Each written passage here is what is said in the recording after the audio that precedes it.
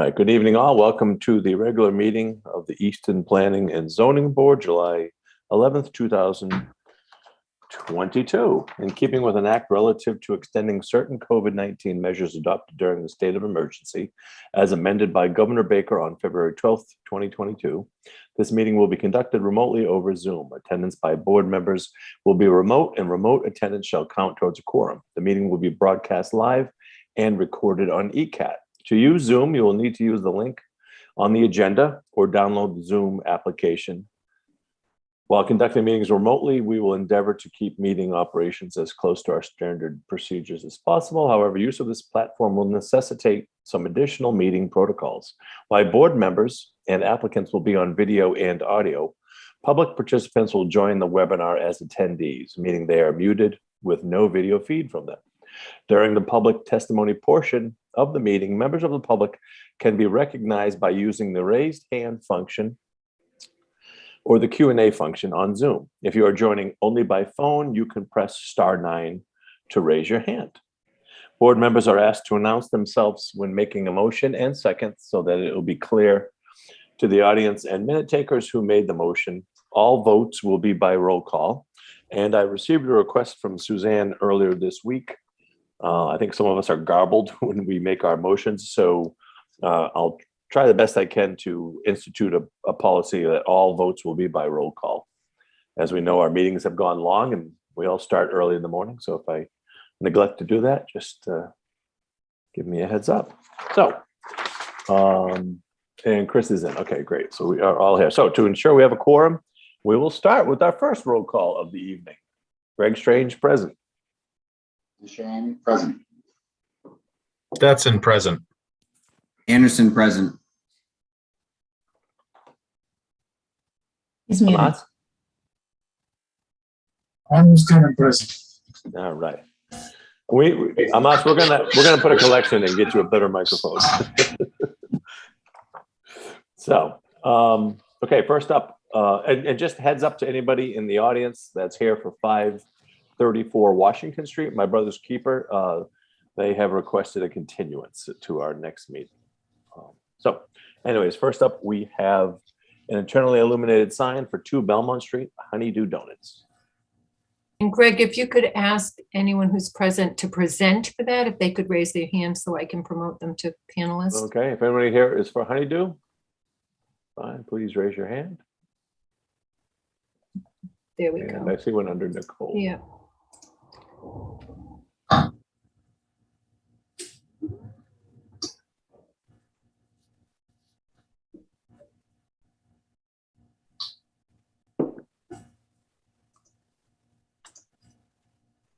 All right, Nicole, when you're ready, just your name and address for the record, please, and feel free to present. My name is Nicole, and I'm here from Sign Design. We are at 170 Liberty Street, Brockton, and I am representing Honeydew Donuts at 2 Belmont Street. Welcome. All right, so what do you have for us?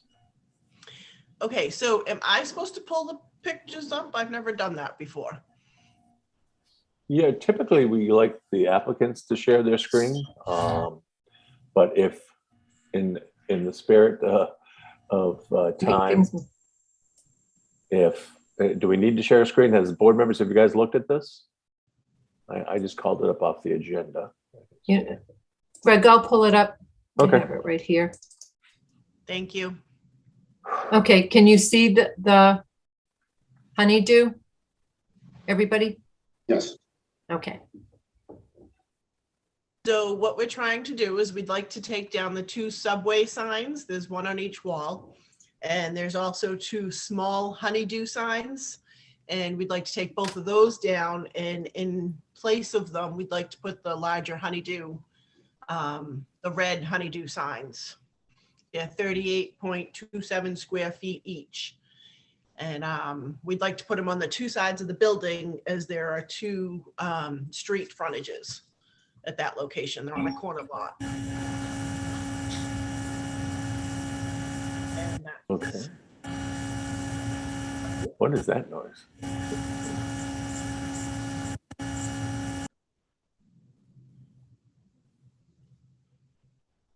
They look good to me. Yep, so 2 signs total, and you're getting rid of the subway signs and the existing honeydew. Yeah, so we're removing 4 signs and putting up the letters. Right, and they're 38 plus square feet each. And Okay, those board. are illuminated internally. They are That's why they're before us. Mhm. And they're Yeah. light box, yep. Mhm. Mhm. the LED lit channel letters. Yeah, the channel is not a light box. Right. The way And we they're like it. 5-inch channel letters. Greg, if I, Sorry, go. if I could just make a comment, the bylaw allows 1 wall sign per occupancy, unless it's on a corner, and the entrances are 300 feet apart. I'm not sure this qualifies for that. And I would personally defer to the zoning enforcement officer for that, but I just wanted to bring that to the board and the applicant's attention. So can we act on this or not? It sounds like it needs a variance. I mean, it goes against the It may- bylaw, right? It may need a variance. Yes, So I think we should, I mean, I mean, how can it's in the, if that's what the bylaw states, how can the zoning enforcement officer go against it, right? So right. I And think and we he, can take any action at this time, right? yeah, and he's been out of the office, so I haven't had a chance to even talk with him about it. Okay, well, I think we need to hold off then, as that clearly isn't 300 feet apart. And I think, yeah, hear from the zoning enforcement officer. But again, if that's what the bylaw says, that's what the bylaw says. And you'd have to go to ZBA for the second sign.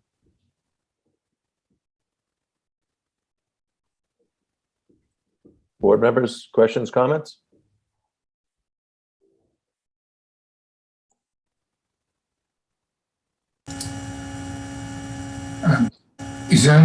Stephanie, is there a need for reviewing the bylaws and see the specific article? So we can note what article and letter, number and everything is.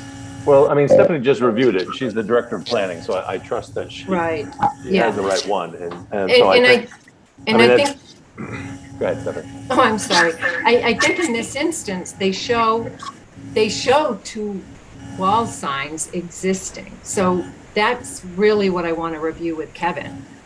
Is this just a nonconformity, an existing nonconformity, or was there something that was previously approved for the 2 wall signs? Because you can see they have a honeydew and a subway sign on both the front and that side, the drive up existing.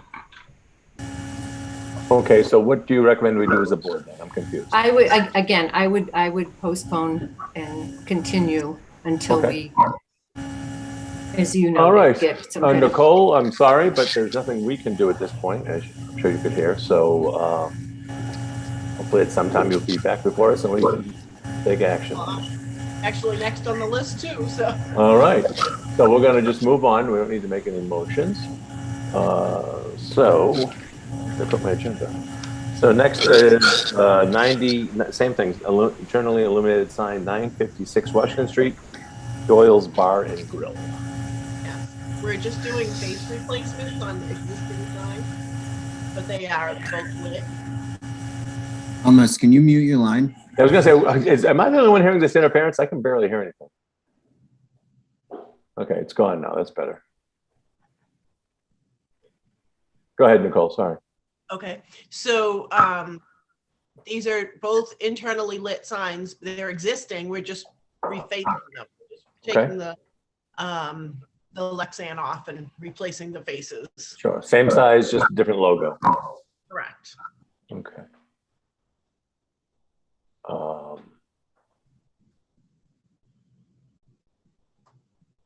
Questions, board members? I'll entertain a motion.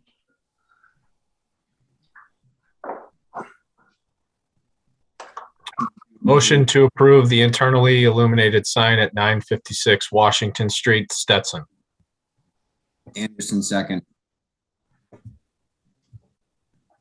Okay, any further discussion?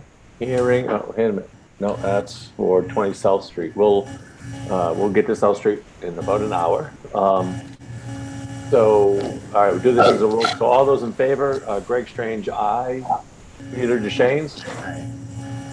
Christopher Anderson? Aye. Robert Stetson? Aye. Thomas Kevin? Aye. All right, that's unanimous. Thank you. Let's see. Next one. Why do I keep it right? Okay, so I'm all set? Yep. That's a- Okay, Okay. internally illuminated sign 594 Turnpike Street, extra space storage. Oh, and again, if whoever's representing that could raise their hand. Amy Fisher? I do not see an Nope. Amy Fisher in the Any list, hands up? nor any hands up. All right, well, let's dive into this. Let's just, yeah, let me share my screen on this one.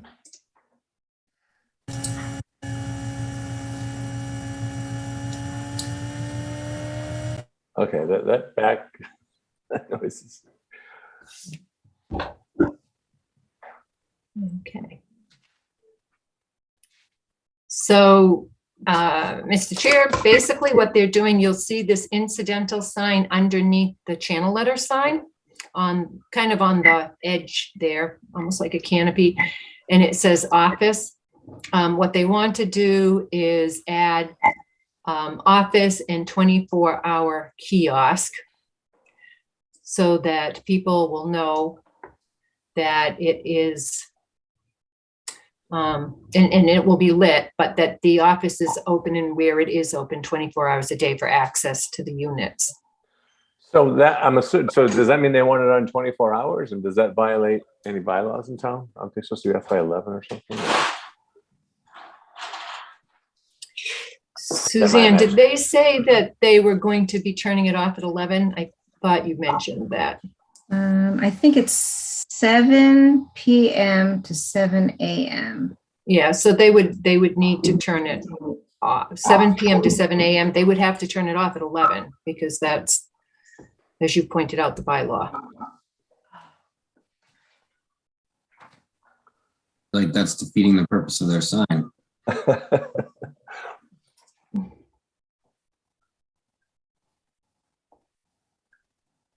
What do you want to do, board?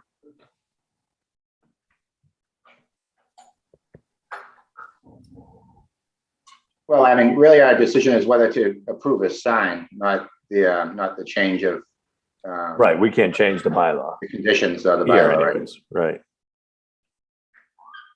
I mean, just make a motion to approve the signs, but make a note to the applicant and the building inspector that to please refer to the bylaw for in the decision for the hours of operation for that establishment.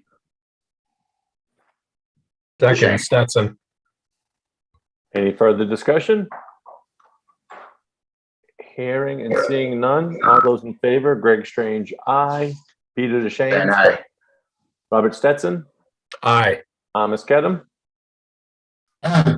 Christopher Anderson.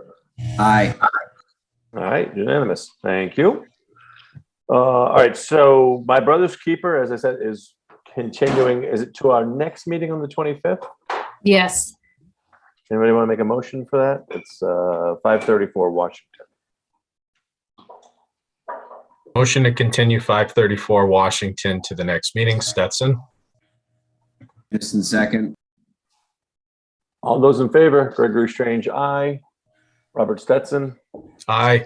Christopher Anderson, Aye. Peter DeShanes, aye. Thomas Kedem. Aye. All right. Next up, we have continued special permit, 6 Hill Street, Nelson Rodriguez. And again, I don't see a name that looks associated with this project. I do see someone who is shown as owner. There we go. We have Jamie. Okay. Wait, I don't. So the people that raised their hands, could you lower your hand if you're not the applicant?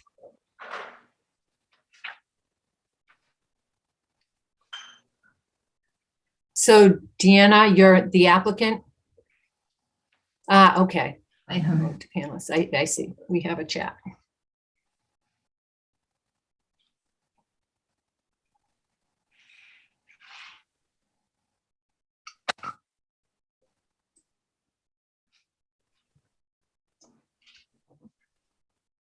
And if you could unmute yourself. Hi. Good evening. Good evening. Name and record for the, I'm sorry, name and address for the record, please. Nelson and Pamela Rodriguez, 6 Hill Street, Southeastern Mass. All right. So what do you have for us tonight? What do we have? Yeah, what has happened, what are you presenting since the last meeting? Well, since the last time, on the last meeting, we were required to bring some new elevations on the plans and some details on the siding, the trim, the windows, and the decking, and we've presented that, sent that to Suzanne, and then was on the parking, put some plants and to hide the parking, and we presented that and submitted that to Suzanne also. Okay. Board, have you had a chance to review the plans? And do you have any questions or comments? I know I was absent from the last meeting. I certainly watched it, but I'll defer to you gentlemen since you last led off.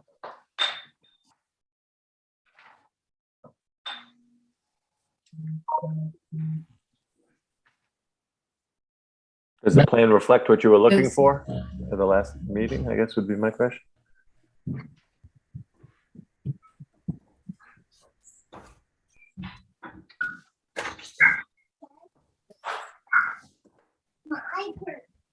I'm sorry, I was just bringing up, it just took me a minute to bring the plan up I looked at it this morning, but I was expecting to look at it quickly. Greg, do you want me to share my screen? Oh, yeah, sure. Why don't you show us those changes? That would be helpful. Thanks.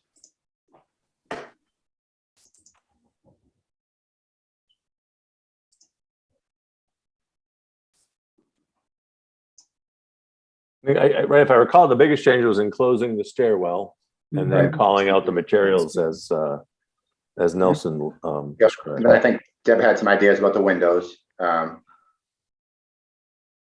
And then we had the driveway screening. The parking. Which is shown on the plan. Hold on.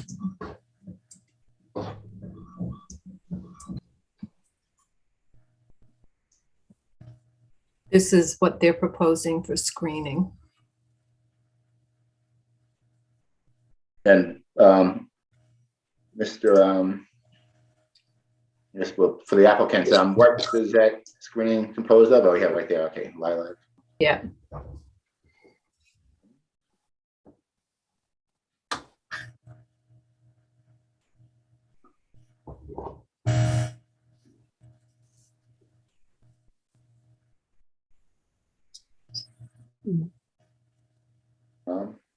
To me, it looks like what we asked for. Any other board members? Questions, comments, anything missing? Motion to close the public hearing. We should Second. ask it. Stetson. Okay, so before we move on, I just want to ask the applicant if they'd like us to close the public hearing. Yes, right. Are Do we you the have applicant? any, yeah, do you have any? What happens questions? once the public meeting is closed, no more information can be No, submitted. we're all set. Okay, And- so and- go ahead, Stephanie.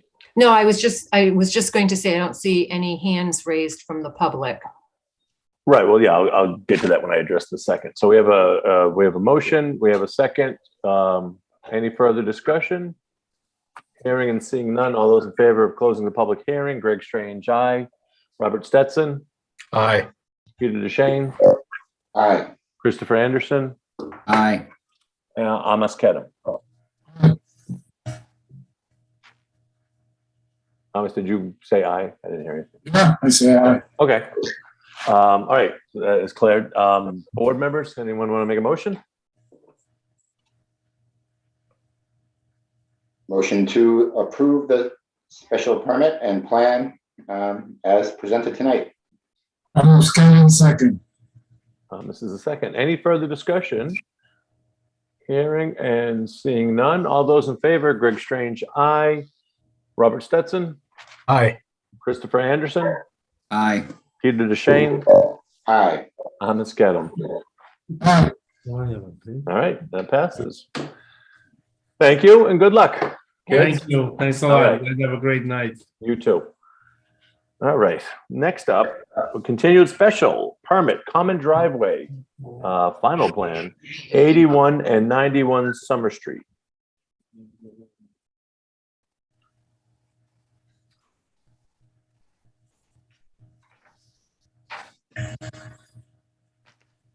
Oh, there I am. Good evening. Evening, Mr. Diaz. Name and address for the record, please. For the record, Eric Dias, registered professional engineer with Strong Point Engineering, with office at 340 Manley Street in West Bridgewater. All right, the floor is yours. Excellent. I'll just recap very briefly. That we're talking, this is 91 and 81 Summer Street. The last time that we were here, forgive me, I'm pulling up plans as we were talking. So we have a special permit that allows a common driveway. As you know, that special permit includes a variance to allow 4 lots off of the common driveway. The last time that we were here, we did 2 things. One, we talked about a final and approved plan, and I will share my screen. Oh, somebody, let me try that. Hold on. So this is the final and approved plan. Okay, and what you can see, obviously, these house boxes are kind of generic placeholder boxes, things like that. But they're both kind of angled toward the center of the driveway. The driveways are offset from each other, and it's got a little bit more of a rural character to it. When we were here last time, we brought forth what we wanted to run with for our final plans. And that is this. Now, these house boxes are much more advanced. This is what the builder ultimately wants to build as far as house boxes are concerned. But I think the board's comment overall was that this is a little geometric, for lack of a better term. You know, the houses are facing each other. Everything's at a right angle to each other. These driveways line up exactly with each other. So we were asked to make a couple of changes to it. Just to kind of find a way to get more character involved. We were, asked to explore maybe flipping a house so the driveways don't line up. Can we put an angle in the houses, things like that? So what we came back with is this one, which looks a little bit more like what was originally approved. We took the 2 houses on lot 1 and lot 3. We angled them 15 degrees toward the entrance to the common drive down this way.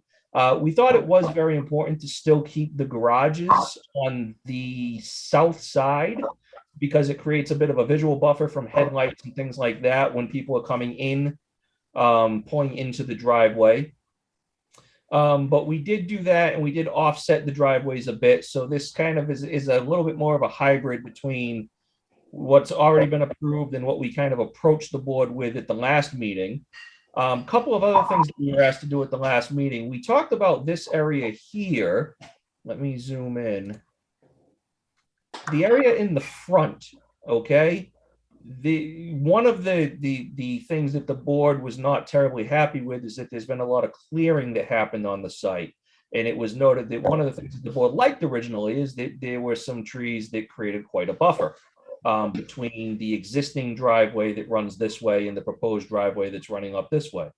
So we went out there and we took another look at things. And as it happens, and let's call it dumb luck for lack of a better way to put it, on the right-hand side of the proposed driveway, there is this batch of evergreen trees that remains, and it's about 50 feet deep.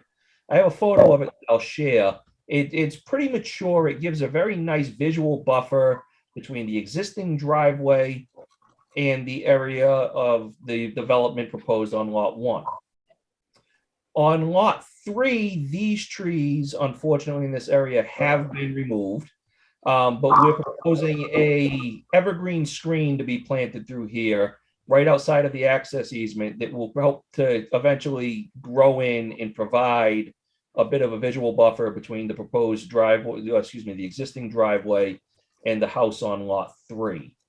If I can, I'm just going to pull up some photos very quickly. And here we go. Just to show what these look like. So this photo is the area of trees that is left on site, the evergreens that we talked about, where my cursor is here. This is the existing driveway. This is the kind of tree trunk of the proposed driveway going up into the site where the 3 houses will be built. And this is the patch of evergreens that was left behind. So you can see it's pretty dense. It creates a fairly decent buffer there. This one is standing on the proposed driveway looking back toward 87. The white house that you can kind of see through these trees is 87 Summer Street. And the reason we included this was to show that all of the vegetation that existed on this side of the driveway along the stone wall has been left behind. That remains. And that's providing a buffer zone between the 3 proposed houses and the existing lot at 87. It's going to help screen lights, headlights from cars coming out of the driveway, things like that. And then this photo is standing in the existing driveway, looking at the house at 81. And you can see there are 2 trees, substantial sized trees left behind. But this is the area where we would propose to do an evergreen screen for planting here, where some of the existing vegetation had been removed and thinned out. So ultimately, we think that, we've addressed the concerns of the board by kind of angling these houses a little bit, trying to put a little bit more character back into this thing so things aren't so geometric, and providing the additional screening. And we hope that the board will agree. Okay, thank you. So I had just 2 quick comments. One, I know I had requested that fence that you said was up, which I just saw in the photo, be shown on the plan. So I'd like to have that added. And then my only concern, and you kind of demonstrated it in those photos, unfortunately, the vegetation that was removed was, 40, 50, 60 feet high. And that takes 3 decades to attain. But I look and I say, okay, 6-foot evergreens, and I don't see a type of evergreen specified, so it could be a real slow growing one that has not much of a body to it. But I'd like to see those up to 10 feet high minimum, because part of this, don't forget, your 6 feet's not even going to be above that fence, and this goes back where we're trying to create privacy between all the houses, and adding a 2-story house out back is obviously going to be substantially higher than 6 feet. It's going to be substantially higher than 10 feet, but a 10-foot tree is going to grow exponentially a little quicker than a 6-foot. So I think, given that we were more than generous with allowing all the violations, I'd like to see them bump up the tree size. And now I will throw that to my fellow board members for their comments.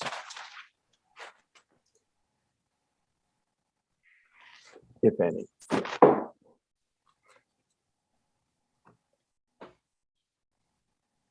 Anybody on the board? Any questions or comments? Yeah, Greg, I think the tree size being larger will definitely help. Also, maybe making it a more organic pattern would be helpful as well, as opposed to like a checkerboard. Right, yeah, they need to be spaced out more, being a larger tree anyways. Right. Anybody else on the board? What kind of trees will those trees be, and do we have a preference? If I may, through the chair, we haven't specified a particular type of tree at this point because we wanted to give some flexibility to the eventual homeowner as to what they want. I certainly have no problem with a bigger tree. I know those green giant arborvitaes grow very, very quickly. So if we really want no arborvitae, that's deer food. They won't do their job.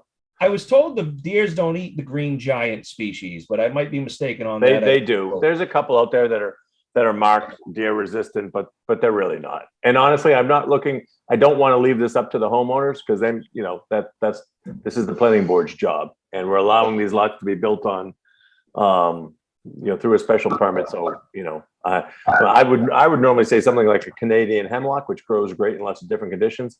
No, it's not exactly native, so I defer to Stephanie.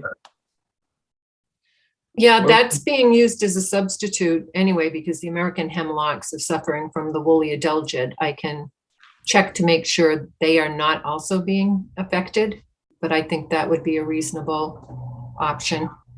How about white pine, white spruce, and Canadian hemlock? Yeah, nice mix. There you go. 10 feet minimum. Yeah, because the spruce really kind of do like when they grow, they really screen, and they tend to grow okay around here. And how many are there? Is that enough, or should we request more, since there are probably like 3 times as many cut down? Well, I mean, I think that they're gonna have to be spread out more. But that's up to you guys. I mean, you could add some up along the driveway if you wanted to, like an L shape to fill in more. Sure, you know. All right, so go with like 10 dispersed a little more throughout that section rather than just jammed up in the front. Yeah. So there's 7. So you'd like to add 3 trees. We'll go to 10 feet high. We'll do those 3 species, and we'll spread them out a little more, right? Is that what we're all agreeing to? Yes. That's what I suggested. Okay. Stephanie, do you have anything you want to add? Nope, I mean, the species of the tree was one of my comments. Who would like to make a motion? Oh, so let me back up. On this, I'm okay with these changes being made by Mr. Diaz, and then just submitting it to Stephanie to check off on. I don't think we have to come back and see this again. You okay with that, Stephanie? Yep. Board, you okay with that? Yes. Okay. So, that is some bad feedback. Who would like to make a motion? Motion to approve the final plan at 81 and 91 Summer Street, Stetson. With the conditions, sorry, with the conditions specified by the chair. Second. All those in favor? Greg Strange, aye. Robert Stetson, Aye. Peter DeShane. Aye, but was this a special permit?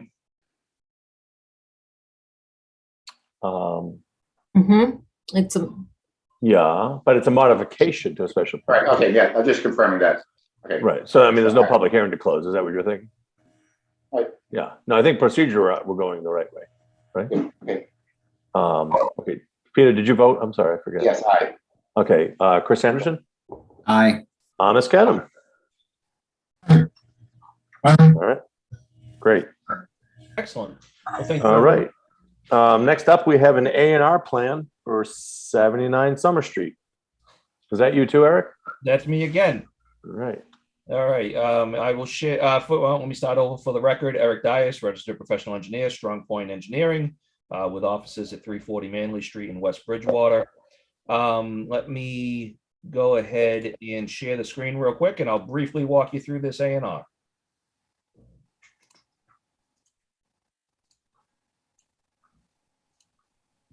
So this guy is the project we just looked at. And if you go to sheet 2 of the special permit plan that we just finalized, you'll see that there are these 2 lots, lot 1 and lot 3 are angled this way currently. And we just wanted to square them up a little bit so we have a little bit more side and rear yard. As you know, we're all aware of what the thresholds for A&Rs are. So we're not impacting viable access. We're not impacting frontage. We are changing area, but everything's still conforming. So this just kind of piggybacks on top of what we just did. Okay. Board members, questions, comments?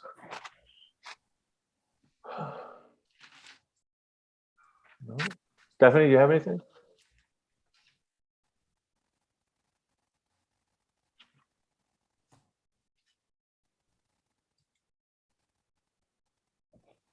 Stephanie, you're muted.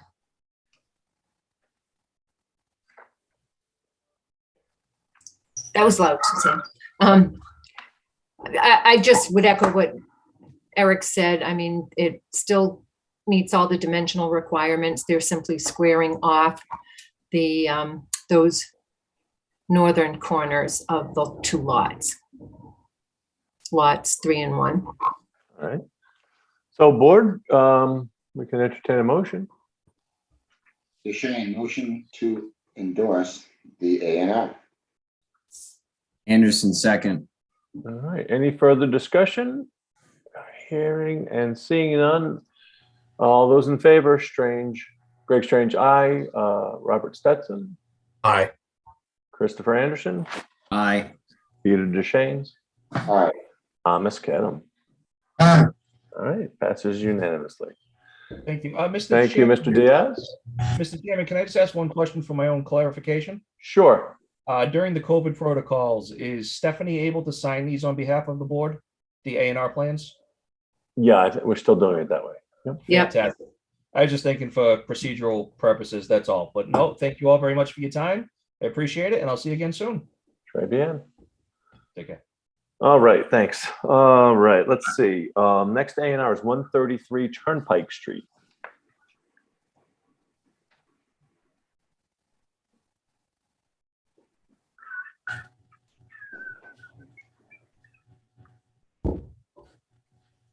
And the applicant's representative should be joining us. I just printed something off. Be right back.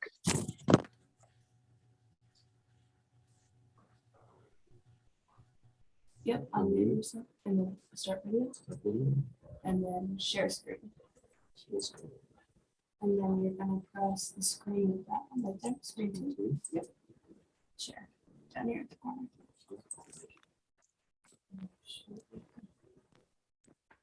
Ask them if they can see your screen. Did you miss me? Hi, guys. Can you hear me? We can. Yep. Name and address for the record, Oh, please. great. PJ Babineau, Outback Engineering, 165 East Grove Street. Oh, welcome. Thank you. Thank you. Am I the only one getting crazy feedback, Randy? No, it's, yeah. I apologize. I haven't done this Zoom meeting in a long time, so it's. Well, it's been happening all night, so I don't know if you're the source.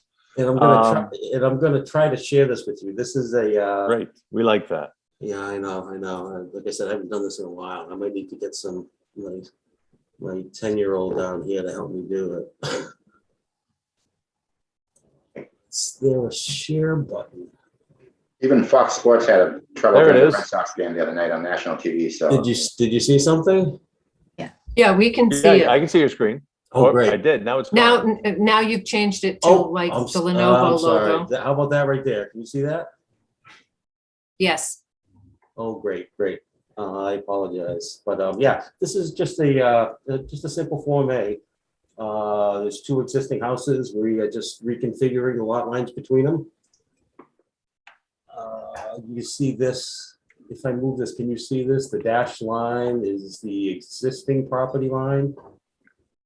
And we are Yeah. just going to change it to this solid line here. Both lots will still have the required area and frontage. So it seems pretty straightforward. I don't know if there's any questions or concerns. Board members, questions or concerns? I don't sound very original. But seems pretty cut and dry. Stephanie, you have any comments? Nope, it complies with all the dimensional requirements. All right. Board members, who would like to make a motion? Motion to endorse A&R plan for 133 Turnpike Street, Anderson. Second, Stetson. Any further comments? I don't see any. All right, we have a second. No comments. All those in favor? Greg Strange, aye. Robert Stetson, Aye. Peter DeShane. Peter DeShane. Aye. You hear that? Stay awake now. Okay. Chris Anderson Aye. and Amos Kedem. All right, I'll take that. Unanimous. All right, thank you, sir. How easy Great. was that? Thank you much. That was easy. I appreciate it. Have a good night. You too, man. Let's see. All right. Oh, Weber Farm. So is anybody going to present on this? Because I'm going to have to recuse myself, but we can handle it. Al Andrunas is supposed to be here, so I don't see his name. There is one person calling in. And if that's Al, if you could raise your hand by pressing *9 on your phone. Otherwise, I can give a rundown. Okay, so I'm going to, I better jump off and someone just text me when I can get back on. Yep. Please and thank you. Go ahead, Stephanie. Okay, so a while back, the board did vote Share your to. screen so that we're not looking at BJ's. Yeah, we need to have Mr. Babineau stop sharing his screen. Can you just steal it from him? Because it looks like he left. I can. Yep, sorry. There we go. Okay. Haven't had that happen in the past. So basically what they're looking to do, previously, the board had, was still holding lot 11 under the covenant. And what the applicant wants to do, and they had decided that lot 11 is going to be the affordable unit, and they're at a point where they need to construct that unit. They've held the lottery. I believe they already have a buyer lined up for that unit. So they want to swap it with with lot 10. So lot 10 would be encumbered by the covenant E, which binds those lots until the roadway is complete or sufficient surety has been posted to cover the remainder of the construction of the roadway and utilities. The board may recall that initially the applicant had asked the town to hold all the lots. Then they subsequently came in with a cash surety that does not cover the full projected cost of the remaining road work. So there are still lots that are bound by the covenant E. So they're asking to swap it out, to swap lot 10, which was previously released by the board, and Al's here now, to allow lot 11 to be released so they can move forward on that. The board has also seen the design plans for that unit and already approved those at a prior meeting.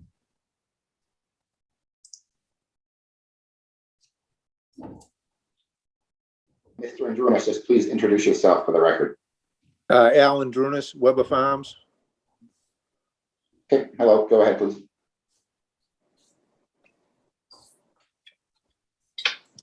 Do you have anything to add to what Stephanie just? No, Stephanie kind of laid it out. We're just we want to swap those lots. It's just so we can get that affordable built, because that's the next one that needs to be built per our agreement with you. So we just want to hurry up and get that done. And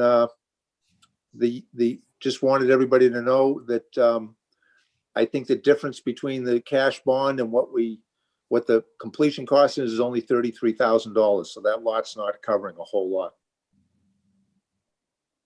Mr. Vice Chair, one of my suggestions, and I had talked with Sam Schofield from Doug King's office, they're actually doing the construction on this project, is that we haven't done an updated road inspection for a while. And it might be time to do that, Al. Yeah, we can do that. I mean, since the only thing we've done, I think, since the last inspection is we've installed the building out front for the mailboxes. We put in all the all the footings and the piping for all the streetlights, and the streetlights have been purchased. They're at our shop, and we're ready to put them in probably within the next several weeks, as soon as our electrician can finish pulling wires. Mhm. So, and we expect to be doing some paving there in the fall, but not where the construction's going on, of course, but we want to finish up the entrance. But right now, like I said, I know there's, you know, between the cash and the house lot, especially given what the short supply of house lots, it is certainly an incentive for us to finish this project and do what we said we were going to do. And I think Al probably doesn't have the plan. If you want, I can share the screen and we can just take a quick look at the lots we're talking about. So this is lot number 10 that is currently released. This is lot number 11, which is not released. And what they want to do is we'd need to reissue the covenant E, adding lot 10, removing lot 11.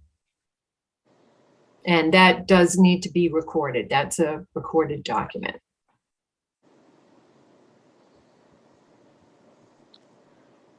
Right, so this would be sort of separate of a new road cost estimate, because right now we're just swapping lots. Right. We're just swapping. Yep. Right, exactly. And Mr. Vice Chair, if I could ask Mr. Andrunas how many lots are left to be released? There's gonna be, that's it. This is the only one that's not released. So we still have 4 more houses to build after this one, but all the lots are released except for this one. So like I said, there's a $33,000 difference between cost to complete and what you have in that the cash bond. So the lot is only covering a $33,000 shortfall. That's probably like a 10-to-1 ratio on the value of the lot. So certainly an incentive for us to, again, come back and do what we're supposed to do. We just want to get this affordable built so we can move on. And Mr. Chair, I just have one other question. Go ahead. So the building for the mailboxes, that's the farm stand? Yep. Okay. Just confirming that. Yep. There any other questions? Board members? Make a motion to approve the swap, Stetson. Anderson, second. Okay. All in favor? DeShane, aye. Robert Stetson? Aye. Christopher Anderson? Aye. Tomas Kadem? Aye. Okay, motion passes. Thank you. Okay, thank you very much.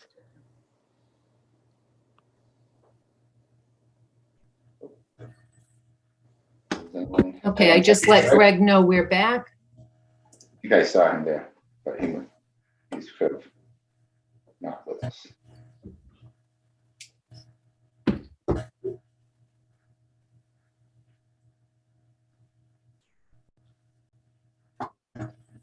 I'm back. Okay, go ahead. Heck of a job, folks. We kept it under 10 minutes. That's nice. Tonight's, that's the theme. Zip, zip, zip. All right. Next, we have a continued public hearing for 20 South Street, Old Forge Commons, special permit, flexible development. I'm going to sign off here, Mr. Chair. Okay, that's right. So, yeah, this is our last thing. So, you know, we have enough to vote on minutes if you don't want to hang around for it. Okay. But, No, but good you're luck more with than the welcome to. minutes. I'll text you when we come back and let you decide. Have a good night, all.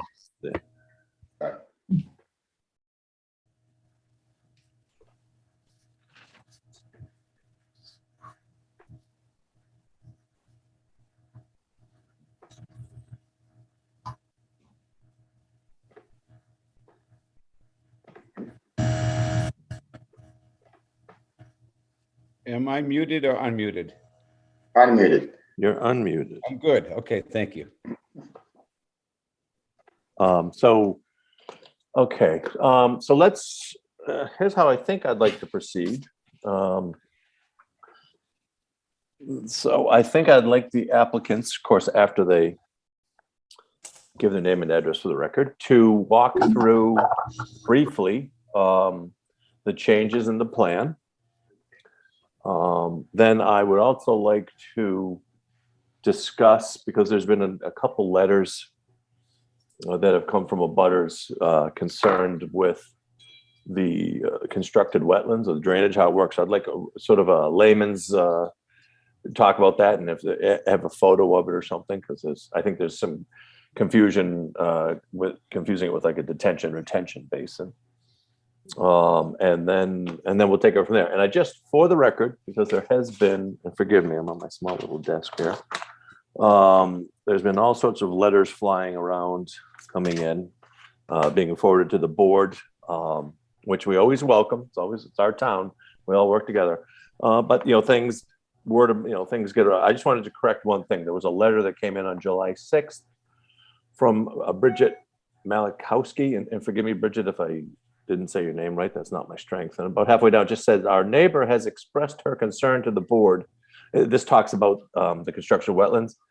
And it was told because her children are older, middle school age, that her concerns were unwarranted. And correct me if I'm wrong, board members, but I remember at no point any member, I don't even remember discussing that with anyone.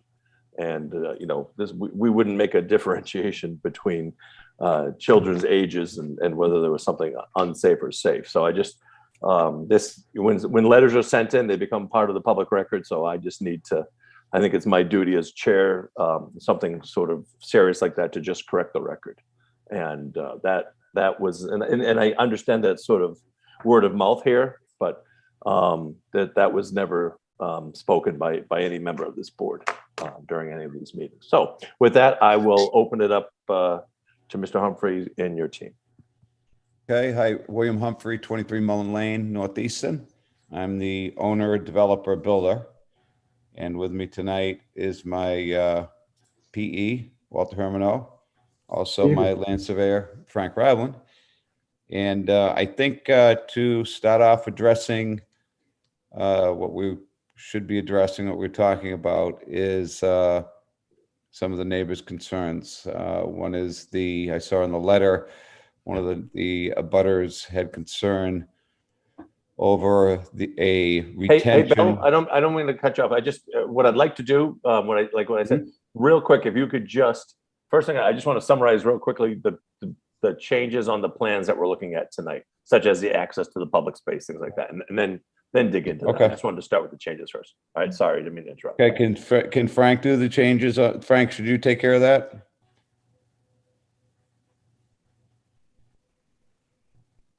Wow. Frank, you're muted, buddy. Okay, am I unmuted now? Yes. Okay. We made a few minor changes to the plans at the exit of the new roadway where it intersects with South Street. We placed a stop sign to alleviate some of the traffic concerns. Greg, can I interrupt for a minute? Is Mr. Rybland going to share his screen, or do I need to do that? Or would you like me to do that? I believe it may be more efficient if you could share yours. Yeah, judging from that look, I think he wants you to do it. As much as I enjoy spending time with you, Frank, I'd like to wrap up by 11 tonight, so we're going to let Stephanie do that.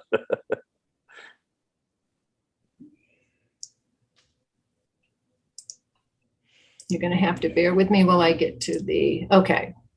So Frank was just talking about the stop sign. Yes, right where your cursor is marking there, we proposed a stop sign at that intersection. The other primary change that we made is at the far end of the cul-de-sac. If you can scroll over in that direction. Previously, the open space and the water main was accessed through an easement that crossed over lot 11. We have eliminated that easement and actually extended the fee of open space all the way out to the road. So there is contiguous all the way to the county road. We're still calling it an easement simply because there's a water main there, and we need to make certain that there is access. Frank, for the- excuse me just for a second. Amos, can you mute yourself, please? That feedback, I can't hear a thing. Thank you. Okay, go ahead, Frank, sorry. Okay. We still have an easement across that strip, but it's an easement simply to allow the water department access to the water main. But the actual open space is contiguous all the way out with the roadway. In addition to that, we've noted on the plan that we're to provide a constructed access to it. We're to place a 10-foot wide process gravel drive over that area that'll go all the way past the home of Lot 11. And we propose that we'll be lining that drive with some shade trees. These would be similar shade trees to what would normally be placed along the edge of the roadway.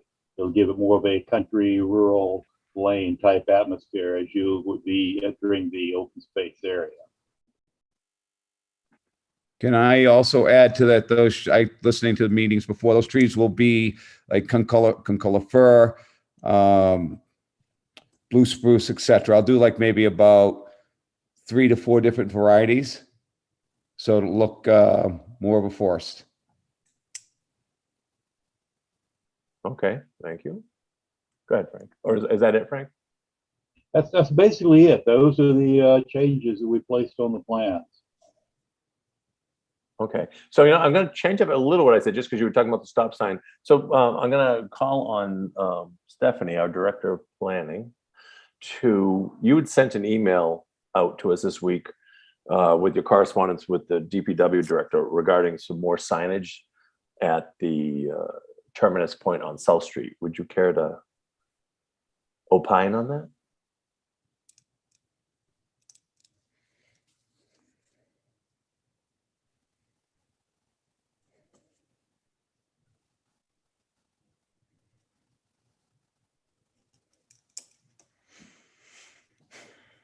Yeah.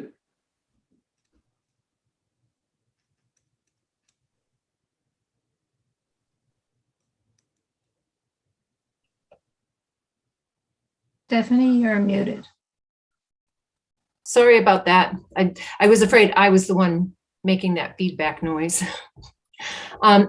So we heard a lot from the neighbors who were concerned that vehicles traveling from Pequannock Avenue eastwardly, when they approach the turn, this elbow, instead of turning, they think they're continuing into the driveway that exists today, and kind of make this turn at the last minute, and putting the vehicles traveling from the south to the north in danger. And there's concern that with the new development in that roadway there, that will create additional confusion. It may actually clear things up, but I talked with Dave Field, and we talked about the suggestion of having right here, just about where this little green spot is, putting up a traffic sign, one of those yellow diamond shaped kind of caution signs with a right turn arrow indicating that the road turns. So as vehicles are heading in this direction, they will see the sign and know that this takes a right-hand turn and does not continue in a straight line, that South Street does turn. So in this plan, that sign would be sort of on the north end of South Street, like on the Dale Carrister side? No, it would be left actually on the easterly side, so the northeast side. Yep. Okay, understand. All right. All right, so thank you for that. All right, so now I'll throw it back to the applicant and his team to go ahead and discuss the constructed wetlands. Mr. Chairman, before we go to Infiltration the constructed wetlands, I would like to point out one other item that we added to the plan. Oh, go right ahead. we place a note on the plan on lot 20 that the existing trees that are located between the current driveway that's servicing the existing dwelling and the property at 16 South Street are to remain. We don't want to do any clearing or disturb any of the existing trees that would be providing screening in that location. Okay, thank you. Mr. Chairman, it was the infiltration basin that was thought to be the detention retention area. Right, you're behind- right. Forgive me, I said Yeah. constructed wetlands, John, my bad. It was Yeah, going to be constructed wetland, but now it's not. Right. It's the one the closest to the Lancelot Lane lots, which are That's correct. the That's people. So yes, all right. So go ahead if you could talk about those. Walter, right. can you talk about that, please? Yeah, certainly, Bill. What we have proposed across from behind 19 and 15 Lancelot Lane on the subject site is an infiltration basin. It is not a detention or a retention pond. It's not a drainage pond. It's an infiltration basin, which is designed to take stormwater runoff. And as soon as it reaches the basin, it immediately begins to infiltrate it because it's designed over permeable soils. This basin is very broad and shallow. It meets all of the stormwater management design requirements. We have 3-to-1 slopes. And we also have what's called drawdown of any water entering this basin significantly in less time than the mandated 72 hours allowed. And that's for all storm events, again, going through the 100-year event, which is the worst case scenario that we're supposed to evaluate. There is some water that during a peak event that spills out through an outlet control structure, but that's the design of the infiltration basin. And it's taken all the water that comes into it and quickly infiltrating it right from the beginning to the end of the storm. And again, in less time than what the state mandates. Can I also add, Mr. Chair, that between that infiltration basin and that easterly side of the property that abuts Lancelot, it's approximately a 50-foot tree screening that's there. Even though it calls out 25 feet, but there's 50 feet of tree screening that's there to those backsides of lots. And I understand the abutters are concerned about mosquitoes. Back in the 80s and even into the early 90s when they used to do retention ponds and it went to detention ponds, people did have concerns for mosquitoes. Since this is an infiltration basin and the longest it can hold water for is up to 72 hours, mosquitoes need basically 10 to 14 days to breed in stagnant water or any type of water source. The longest this will be here is 72 hours. That's in a 100-year storm. I have a picture of an infiltration basin. If the board would like to see that, I could share my screen. Sure, go right ahead.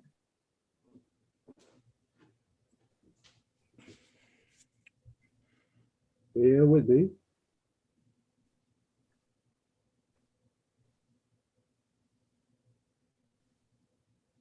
I just had it.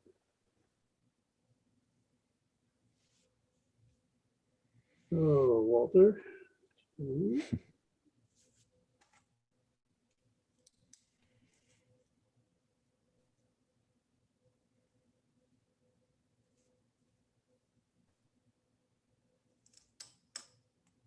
This dead air is killing our ratings. No pressure.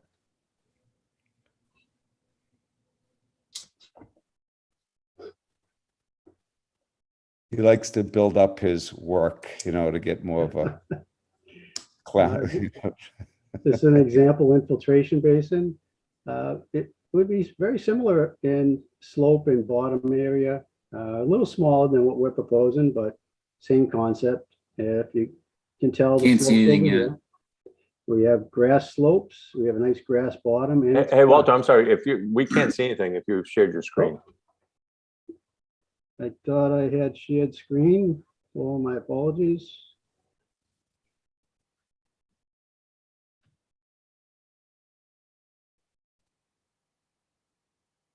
What happened?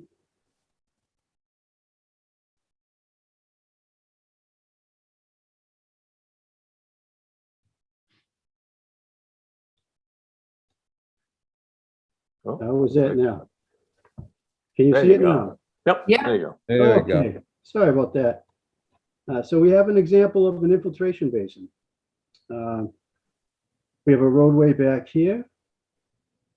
We have nice grass slopes on the side. Notice the shade trees around it. Grassy bottom. It's not holding water. It's not designed to hold water. It's designed to infiltrate water. Go down to the next one.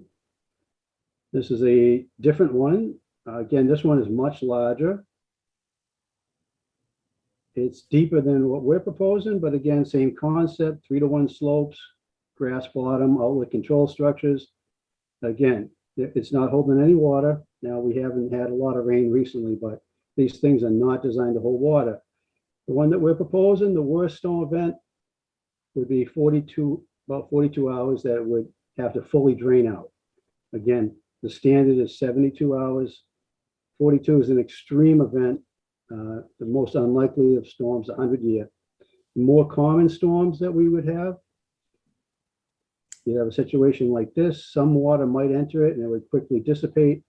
Those are the 2 and the 10-year storm events, anywhere from 3 to maybe 4.5 inches of rain coming down in 24 hours, which is still a lot. And those are the more common of the storm events. And we would have a dry basin in about maybe 12 to 22 hours. Again, a lot less than the 72 that's allowed. To close, the infiltration basin that we've designed is not a retention or detention pond or drainage pond, and it meets all of the Mass Stormwater Management Handbook standards and design requirements. And the bottom of this also, Mr. Chair, has to have a separation from water table of 4 feet. So it's not like it's a sopping wet base wetland. This is 4 feet above water table.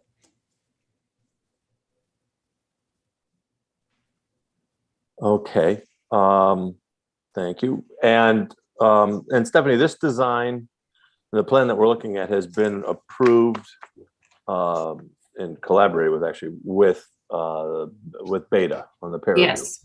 And I only Yes. say that because I know I saw that in the multiple letters that came across in the last couple of days. I know someone had requested that. And then I know, and again, I want to speak to the abutters. We're a citizens board. We're volunteer. We put a lot of time in.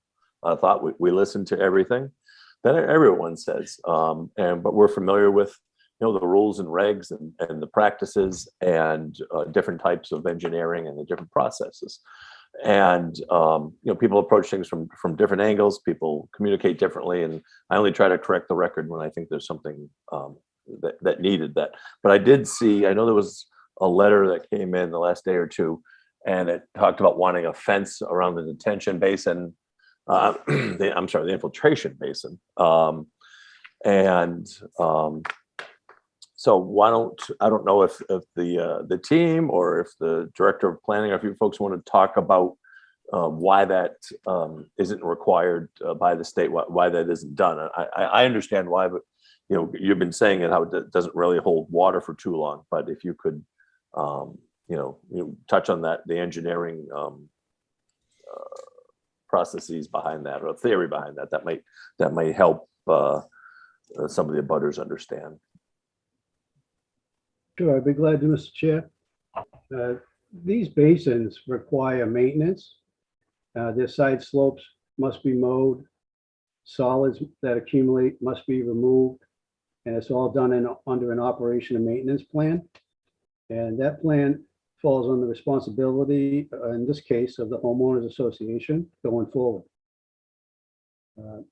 When you're mowing a basin like this with big side slopes, whenever you throw a fence in there, that gets in the way of the actual mowing and maintenance of these structures.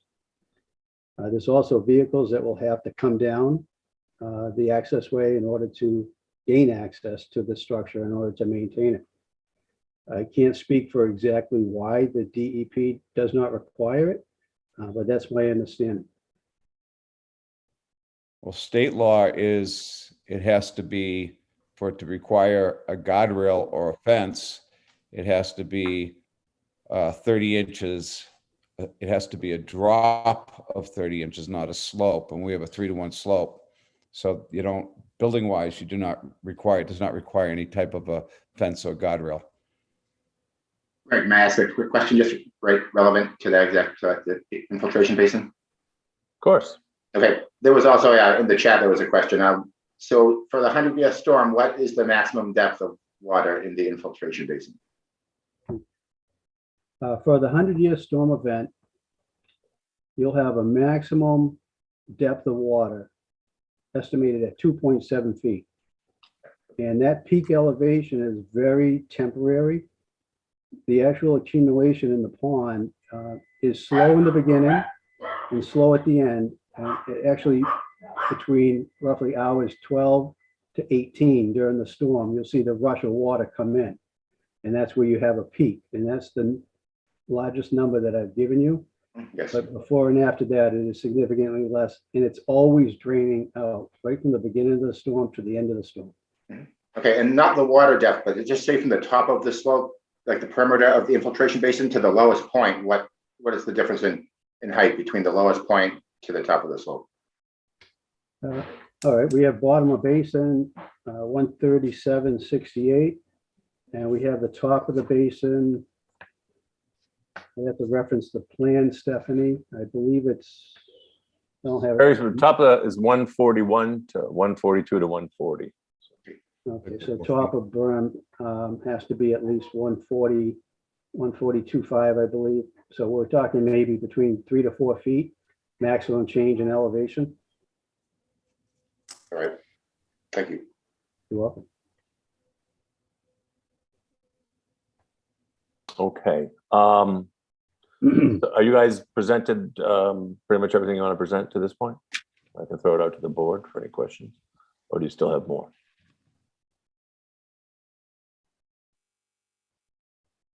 Did you understand? That was to the applicant's team. Do you guys, are you all set? Can we start to ask questions, or are you still presenting? Can you guys hear me? Yeah, we're all set. Oh, okay. I just want Well, to we mention usually also- answer when we ask a question. Oh, geez. All right. All right. Thinking, So we're in oh, deep thought. Could all I right, just sorry, add so- though on that, that's a 3-to-1 slope. So the 3 to 4 feet is a 3 to, you just walk, it's just a walking slope. It's not steep at all. On the All right, no, yeah. right, infiltration. it's basically what was represented in the pictures that you showed. Yes. Same standard.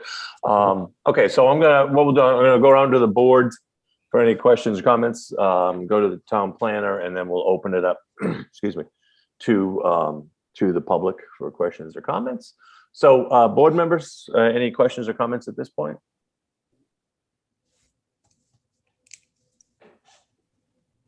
I have a question about the house restoration. When do we get details about it? So that is one of the, as the developer knows from the get-go on this, we have talked about, the question is the house restoration. And as we've done in all of the previous flexible developments in town, on a lot by lot basis, each house and each site plan will come to us for review, just for exterior. We have no say, obviously, on the interior.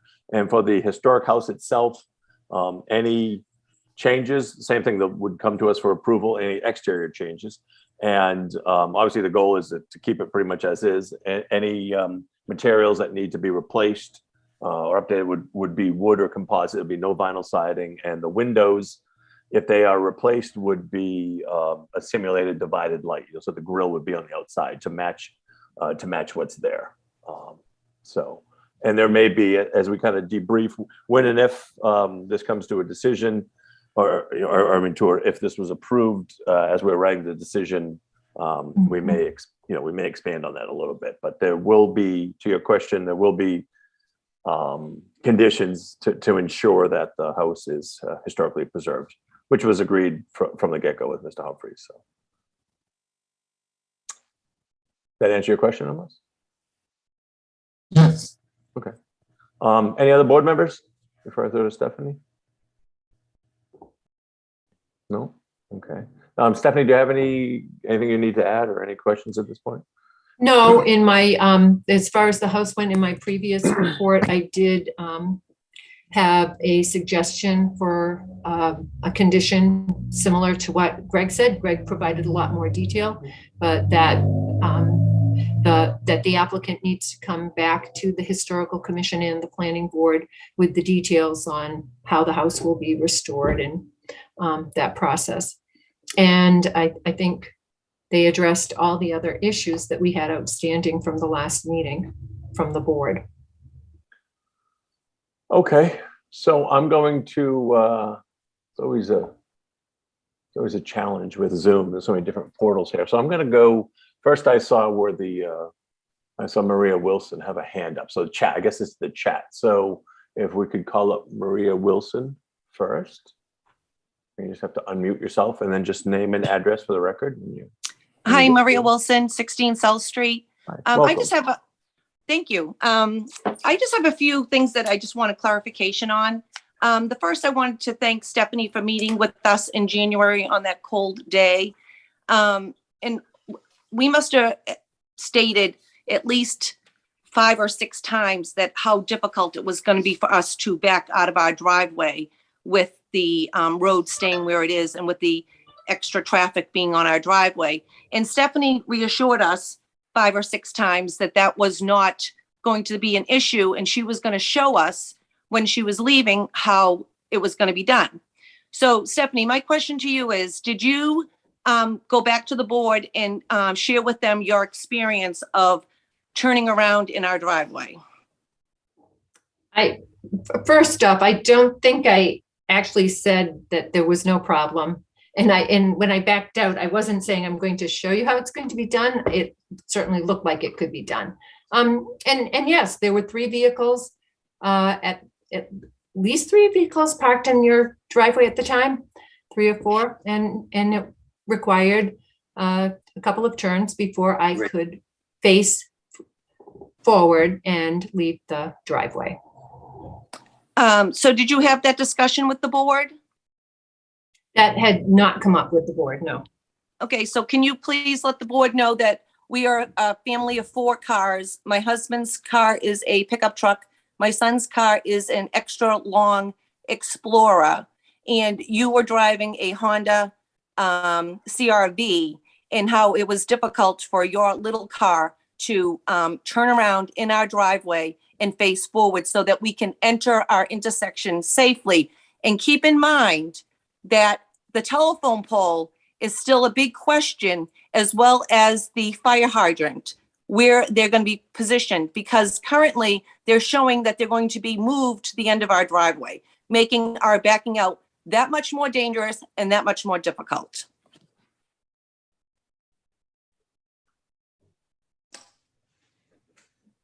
Has anyone thought about that?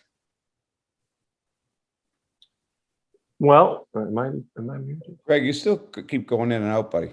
No, I'm okay. Video. I go in and out? Yeah. Your screen just turned red. Yeah. Oh, that's weird. Can you hear me okay? Yeah. Oh, that's weird. Mr. Chairman, can I address the hydrant in the telephone pole? Sure. The hydrant and the telephone pole are on the other side where they are right now. That's where they're staying. They're not going to be over in front of the Wilson's property. And I'd like to add something too. I spoke with Mr. Wilson, and I told him that I had no problem giving him a curb cut onto my roadway to make, if they wanted to use that to make it safer. The only thing I said was, if they were going to drive on the road, they would just have to sign a release saying if they damaged the road, they'd be responsible for it. So I have no problem giving them an egress, and I'll build it obviously to get to their property. And, but they just have to understand, if they bring in a big truck or a bulldozer or something and unload it on the street and damage it, then they would be responsible, where anyone would be. Even if they did that on South Street right now, they'd be responsible. So I don't have any issues with that. If they want to work that out with me, they just have to sign a release. If they damage it, they have to fix it. That's all. I think that would Bill, solve any that's problem. That's fine, because the last time we brought it up, you stated that we would have to join the association and pay an association fee. So No, that's I said where. you'd have to- No, I said you'd have to join that, but you don't have to join it unless you're going to be doing certain things in front of the property there. And But if we were to just bring out heavy equipment in, we would bring bringing heavy equipment in through our driveway and not up the your driveway. I just need a letter. Mr. Chairman, if that's not an issue with the board, I have no problem doing a curb cut if you guys will allow that for them to access their property, as long as they'll sign a letter. That would be perfect. I'd appreciate that. Thank you. Yeah, I just want, oh, go ahead, Ms. Wilson, go ahead. No, that was the telephone pole was originally on the plan going to be at the end of our driveway. So that was a concern, because that telephone pole, not only would it be at the end of our driveway now, it's also the electricity to our house. So we're concerned about that, as you can imagine. So that's good news that the telephone pole is not going to be at the end of our driveway, and we can get a curb cut that would alleviate a lot of stress and difficulty on our part. Actually, and if possible, the next time this goes, if we can get it put on a drawing, that would be great, so that we can see it. Yeah, well, let me jump in. What I was going to say is, when and if this curb cut happens, yeah, we would have to, from an administrative standpoint, just have it shown on a plan. I don't think that needs to be, we could make that, if we were to move on this tonight, we could make it a condition of the approval, but you're probably going to end up doing a site visit with the Wilsons and pick a spot. And so at some point we would just need to have a plan that reflects that for all the obvious reasons. And I know a hydrant was mentioned, but the hydrant's on the other side of the street, right? I see it in front of lot one. It's adjacent to TP3. It's adjacent to TP3. What's TP3? What's TP3? Telephone pole. Oh, okay. Yeah. So but I see it across the street from you. It's not on your side of the street. Yeah. Oh, Right, but on the map, on the plan, it was actually moved to the end of our driveway. Gotcha. Okay, but it's okay, but it's not there anymore. So I gotcha. And I just want to chime in. I wasn't privy to any meeting that you had with Ms. Danielson, but I do recall at the beginning of this, from the preliminary, I know I had a 2-hour call with you and your husband. It was 2 winters ago, so it was a while ago, and we talked a bunch of things that night, even possible additional lots and this and that. But knowing how concerned you were with, I understand it. You live on an elbow right now, and there's no access. But from a safety standpoint, from a any traffic engineer, any engineer would put this road in straight. They wouldn't they wouldn't move it up. They always look to a line, because that's much safer. Now I get your driveway ends right there. So that's the reason the board made sure a stop sign was put in, and we'd even proposed one across the street. But I think the traffic safety committee, which certainly trumps us on signage on public roads, wanted to go with the arrows that Stephanie spoke of earlier.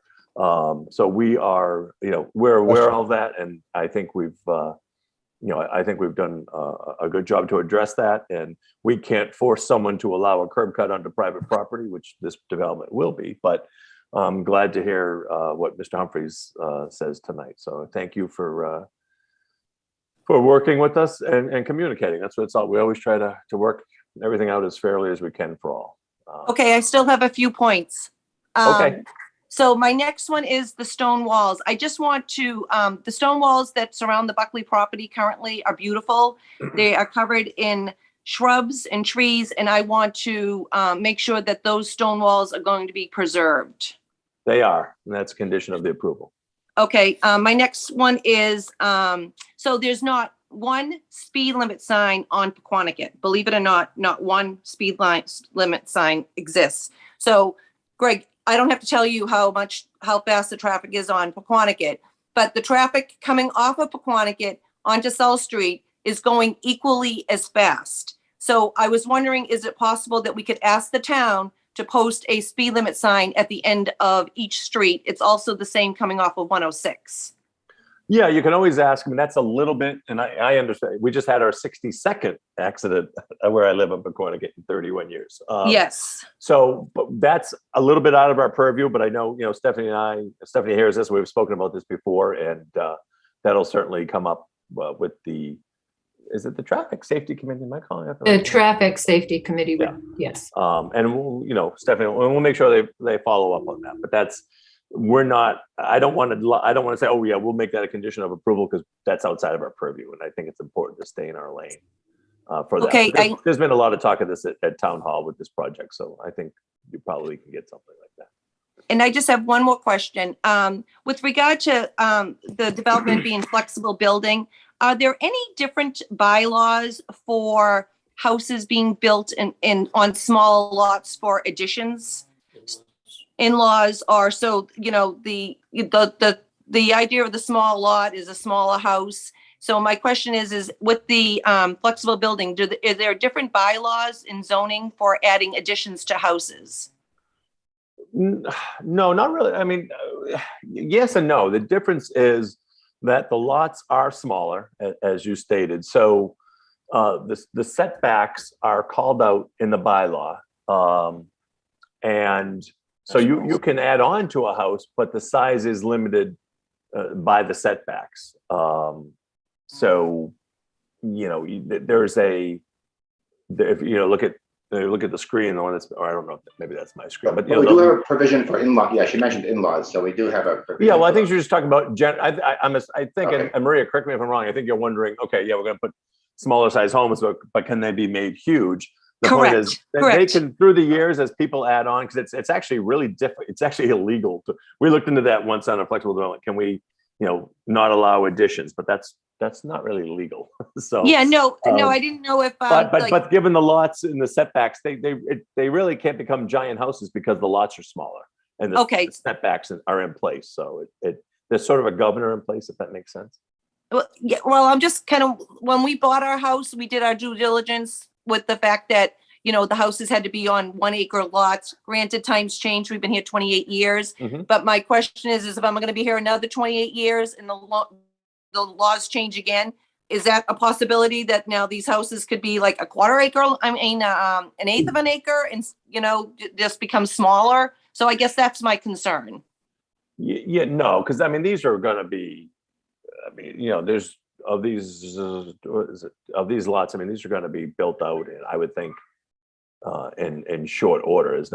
There's demand in Easton. There's not a lot of homes. So in the future, if we were to go to smaller lots, it wouldn't affect this, because this is, this is going to stay zoned the way that it is. It'll be developed and it'll be done. So, and it's not like this, and the open space on here that's in perpetuity. So there's they can't tap into that, to make someone couldn't, if someone abuts the open space, they can't make their lot bigger, because that open space is going to remain open space in perpetuity.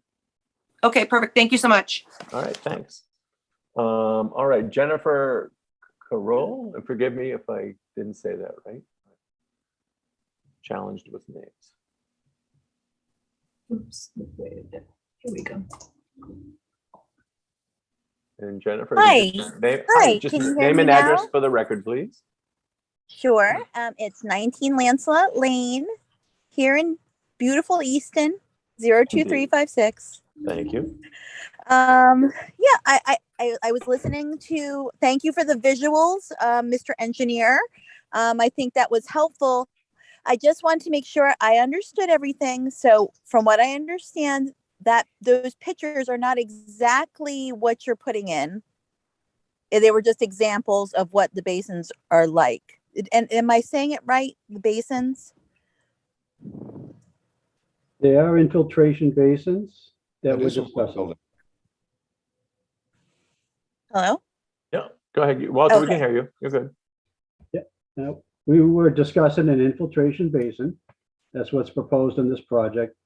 And the pictures are very similar. One just happened to be a lot larger of a picture than what is proposed. It was deeper.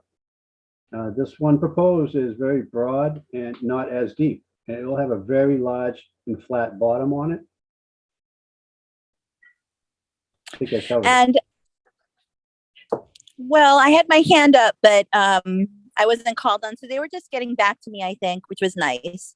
And then how deep? What is the depth of the basin? I think you said 4 feet from top to bottom. Is that correct? The bottom is at, doing it out of memory, 44.5. 137.68. thank you, 137.68, and the top is roughly 140.25. So we have somewhere between 3 to 4 feet maximum height. 3 to 4 feet, which is the maximum height. So a child could potentially fall into that, because we have one of my concerns was a safety concern. And the safety concern was that we have multiple children, several children, and then their friends, and they all play along the yard. So that was my concern about the basin, whether it be a huge pool. And I understand there are, you have certain regulations, and that's why I had brought up about the fencing, because I am concerned that with the children running in the back, that there is potential a safety danger for them falling into the basin. For me, I'm 5'2". It would still be up to my waist. These kids are, under 8. No, so no, that that's- was the So I proposal. just That's not the depth of why- any water. I just want to jump in for a second. Earlier, the engineers noted, so they talked about 100-year storm. And just to get that is what it sounds like. That's a storm that happens once a year. So I'll let them speak to the tremendous amount of rain that is in a very short time. But even during that scenario, they talked that would be, you said 27 inches high would be the water, and it would disperse in under 2 days, right? It would be 2.7 feet maximum depth for a very short amount of time, and it would dissipate fully. The basin would be dry again in 42 hours. Okay, and that's it's natural engineering that you've done, lets the water out naturally. It will just keep it flowing out. So it doesn't have enough time to collect. This is a very conservative design, and it incorporates a large amount of overland flow through the open space, which in my humble opinion, most likely is not going to be what it is shown on the model.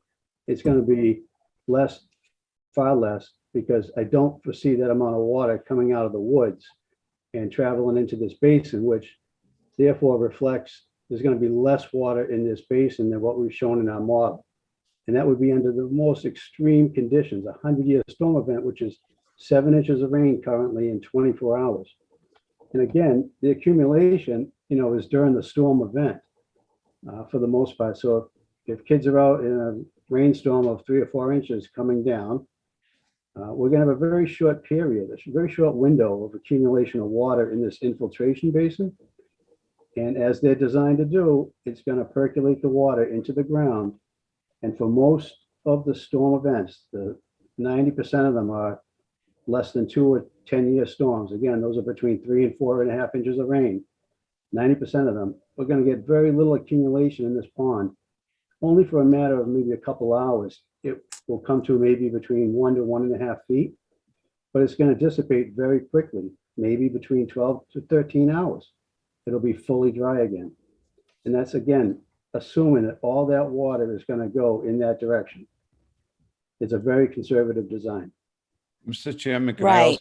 can I also add here, Ms. Carl, you keep saying that kids are going to fall into this. These slopes, we have lawnmowers just drive up and down them to mow them. There's nothing, you don't fall into, you'd have to roll into this. It's not a fall off, it's a slope. Right. You don't There fall could be into like it, you just injury. walk I'm into just it. saying, Just right. walk I'm just into it. saying that isn't it safer to have something that provides a separation so there's not a chance for that to happen, like a fencing, something that separates, that prevents children from going in that area. I mean, not only could there, you're saying that the water will be gone in 13 hours, right? The worst possible estimate.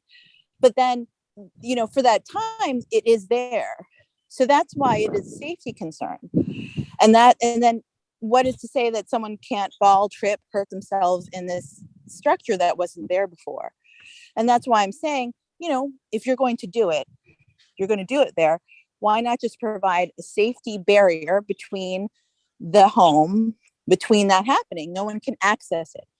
And except for, of course, like you said, your maintenance. And while you were saying, well, it's less convenient, it doesn't mean that it can't be done. And then it kind of, we're the existing properties and, we're on board with it. I would have no problem doing that if it was served a purpose, but it really doesn't. It's to stop somebody walking through the woods and then just walking onto my property and walking on grass. It just, what you're trying to do is say not walk on my property because it's not a safety issue. So you're saying not to walk on the property is what you're saying. Well, I'm just saying it eliminates see, I guess I saw the pictures and I just know there's some depth to it. So I just don't want to see someone fall into it and get hurt. I mean, that's it. It's like first I was worried about the water because, and then you guys explained it and you saying it won't stay long, but I'm still saying that it could accumulate, it could accumulate and it's still a safety risk. I mean, I kind of, as if I could, I'm a parent now. My kids are older. Right. I'm a grandfather now. But I love to play in the woods. That's why I live in Pequannock. We back up to hundreds of acres. And when I walk out on Fox Hill, there are recesses and vernal pools and dips in elevation. That's what you find in nature. And when you have a 100-year storm, which I've only seen one in my life in my 57 years, when it fills with water, there's a responsibility. I want to be careful, but there's a responsibility in life for us to maintain, to protect ourselves, to protect our children, to protect our neighbors, to protect our town. Now, I've seen some of the letters that have come from everybody. What about Beta? Beta is okay with this design. The state of Massachusetts is okay with this design. The federal government is okay with this design. I think what's happening, people think back to the subdivisions and the commercial developments that we saw in the 60s and the 70s and 80s when stormwater management first kind of came into being. I mean, in the old days, it was like Houston, Texas. They just knocked everything down and paved it, and that's why everything floods. So you think of these places where you see fences with shopping carts in there and 6 to 10 feet of water, but that's not what this is. That's why we asked the team to bring in some pictures. And the first one was much more accurate because this is really about this 30 inches of water, 3 feet drop. So, if someone put a fence in, and I don't think Mr. Humphries would say no because of cost. I mean, although it's, fences aren't free, but that fence is going to get damaged as trees fall down over time. And that's going to affect the values of houses. People don't want, a fenced area behind them. They'd rather use it. And again, and I'm just speaking for myself, but I've been involved in residential development for 40 years, my entire life as an adult. And, when land is developed, just like it was 100 years ago, 200 years ago, there's, if there were inherent dangers in this, then in the highly regulated world that we live in, they wouldn't be allowed to do this. I certainly have all the due respect in the world for our children's safety. I get that. Like I'm a parent of 3, a grandfather, I got another one on the way. But what about driveways? What about kids going down driveways? Should we require all driveways to have gates and fences around them? We need to. No. Sometimes in life we have to take. We have to be allowed to live, and it's the slippery slope. He's talking. I'm talking to him right now. To describe. It's going on.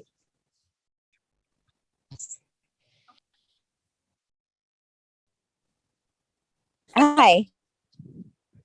Hello? Hello? Oh, there you are. Okay. Yeah. Okay. So no, I mean I see your points, I'm glad you explained that so eloquently. That was good. And I think it's a good explanation. Well, then enjoy it. I'm teasing. Yeah, I'm teasing. I Thank mean, you. I we're appreciate. just- We know we try. I mean, it's difficult. I get everybody's concerns, but there are, it's public safety. It's always tricky, and we try to. But I do backstop this. I mean, we have Stephanie Danielson. She is a professional planner. That's what she's chosen to do with her life. She would, my and many children, of us are yes, engineers they're- on this board, and we can speak to these things, but. So we're not, we don't take these things lightly, and we study them, and we use our real world experience, and then we go by rules and regulations. And we've even done peer review in this. And as many of you know and pointed out in your letters, this peer review. I like the peer review. It definitely makes you feel safer. And it was extensive in this project. And I do, I do want to say the peer review. Someone wrote that it was rejected 4 or 5 times. That wasn't what happened. Mr. Humphreys from the get-go on this project. Couple things he wanted to do. He wanted to save that historic house. He wanted to maintain the trees as much as we could, because now that we have sewer, we don't have to wipe everything out with giant septic systems. And and one of the original designs that the peer review was trying to push would have required most of the trees being cut down. So that's why there was such a long delay, because we really were working. Mr. Humphreys was really working with his team to try to maintain the project that we've all been talking about for 3 or 4 years now. So anyways, I'm gonna do you have any I'm gonna just table the infiltration base. Do you have anything else on that? The only thing was that I was also I have nothing else to say. I know my neighbor was, I'm outside, and the neighbor who was next.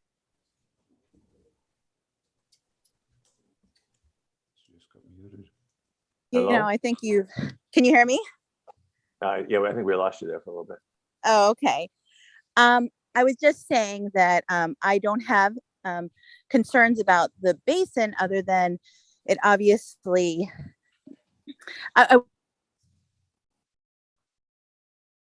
Okay. So you know what? She can always jump it. Own responsibility. I'm sorry, Jennifer. You just keep cutting out. So I'm going to move on to Mr. Carrister. If you get back inside, we can always come back to you.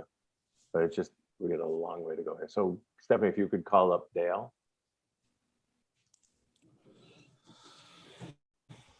And I'm just going to ask folks, because I see more and more hands coming up, and it's getting late. And we've had so I just hope that we can, if we're asking or commenting, I hope it's new territory. We don't really need to go back or rehash things that we've discussed previously tonight or at previous meetings. And I mean that with all due respect. I'm just trying to be respectful of everyone's time. Can you hear me? Yep. Name and address for the record, please. Right. Dale Carrister, 21 South Street. And I will endeavor to be focused and brief in my comments.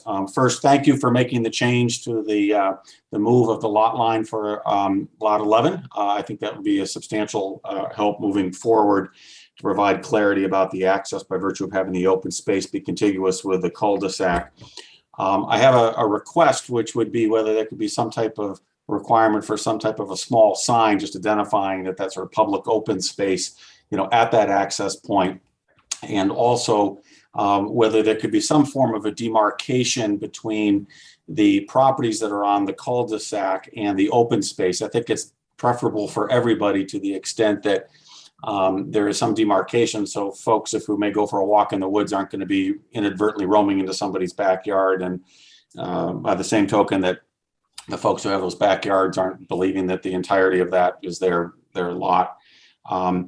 I have a question, which is, I presume the board has the authority to require that the open space be conveyed to the Conservation Commission under, I believe it's section O of the flexible bylaw. I presume that may not be happening here because of the maintenance requirements for the wetlands, although I think still at least some portion of that should be conveyed. But that being said, hold on, Dale. Stephanie, do you want to, let's just do this point by point. Do you want to respond to that? As Yeah, I talked with Bill today to confirm, and it's his intent to convey the land to the Conservation Commission for permanent open space protection. Great. Okay. And of course, that would be something that the board could condition.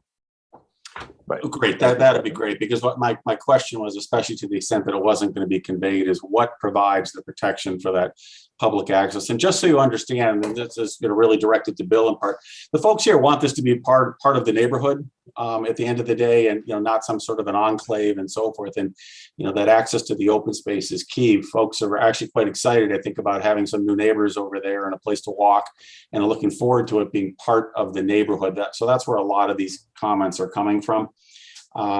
So that's great. I'm glad to hear that.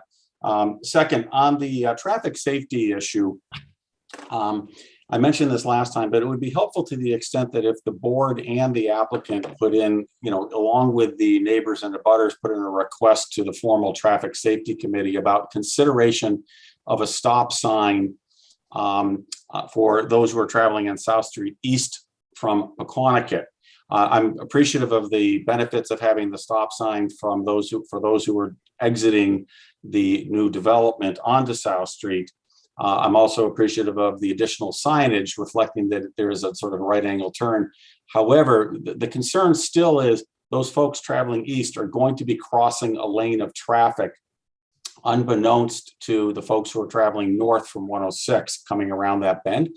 And I understand the board's authority are sort of limited on this. So all I'm really asking is if the board can, along with the applicant, hopefully, because I think this is a win-win situation for everybody, jointly request the traffic safety committee to consider putting an additional stop sign in that would require folks traveling towards the new road on South Street to stop before proceeding. I think that would substantially increase the safety.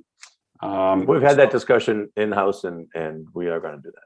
We're going to put the request in anyways. Okay, great. Yeah, and I'd like to help participate in that. I mean, I at one point reached out to David Field and said, well, no request had been made. So, I think this might be one of those situations with everybody working hand in hand that it's in everybody's best interest. So just a couple of quick questions then. As far as the construction is concerned, can somebody identify approximately over what period of time the construction will take place? In other words, is this a matter of a year, a few years? Does it happen all at once? Does it get phased in? Folks in the neighborhood are obviously interested because it has an impact on them. Second, if somebody could identify what the project work hours would be. I don't know what the restrictions are that are in place. And then third, what is the board's role with respect to the review of the sort of architectural design for the new homes that are coming in? I've certainly seen a high level of scrutiny of architectural plans on other projects. And is that something that will happen here? In other words, there's another phase where that would, the site plans would be provided with, or the plans would be provided with respect to the homes, and then there would be a review process by the board. Yeah, all right, so I'll answer two of those. First, the work hours, it's town charter, correct me if I'm wrong, Stephanie, it's 7 to 7. Correct. Monday to 7 to Saturday, 8. I believe. I'm sorry, Bill? Isn't it 7 to 8? You sure it's 7 to 7? No, well, it's one of the two, but it's available online at the town charter. That's listed somewhere. And no work on Sunday. Right. And then as we've done at Weber Estates up on Bay Road and Goodspeed Estates on Center Street, the requirements of flexible development, and again, it's just exterior. Floor plan layout is not, it's not a purview, but looking to all the things that we've talked about, maintaining the scale and attention to detail, et cetera. So each approval by the board of the site plan and the architectural plans, exterior architectural plans are required before a building permit can be issued. And there's myriad examples of those on online if you want to see how the scrutiny is. But it's like anything, and Mr. Humphries has a long history of working with the town, so he will probably take a wise approach and come in ahead of time and talk to us. And it's been a very successful program. There's been a couple hiccups along the way, but it's mostly because people didn't, were either naive and didn't know what was required, didn't do their homework, or thought it wasn't necessary and tried to push it through. But we hold all the cards. So Thank you for that. Perhaps, I'm sorry, go ahead.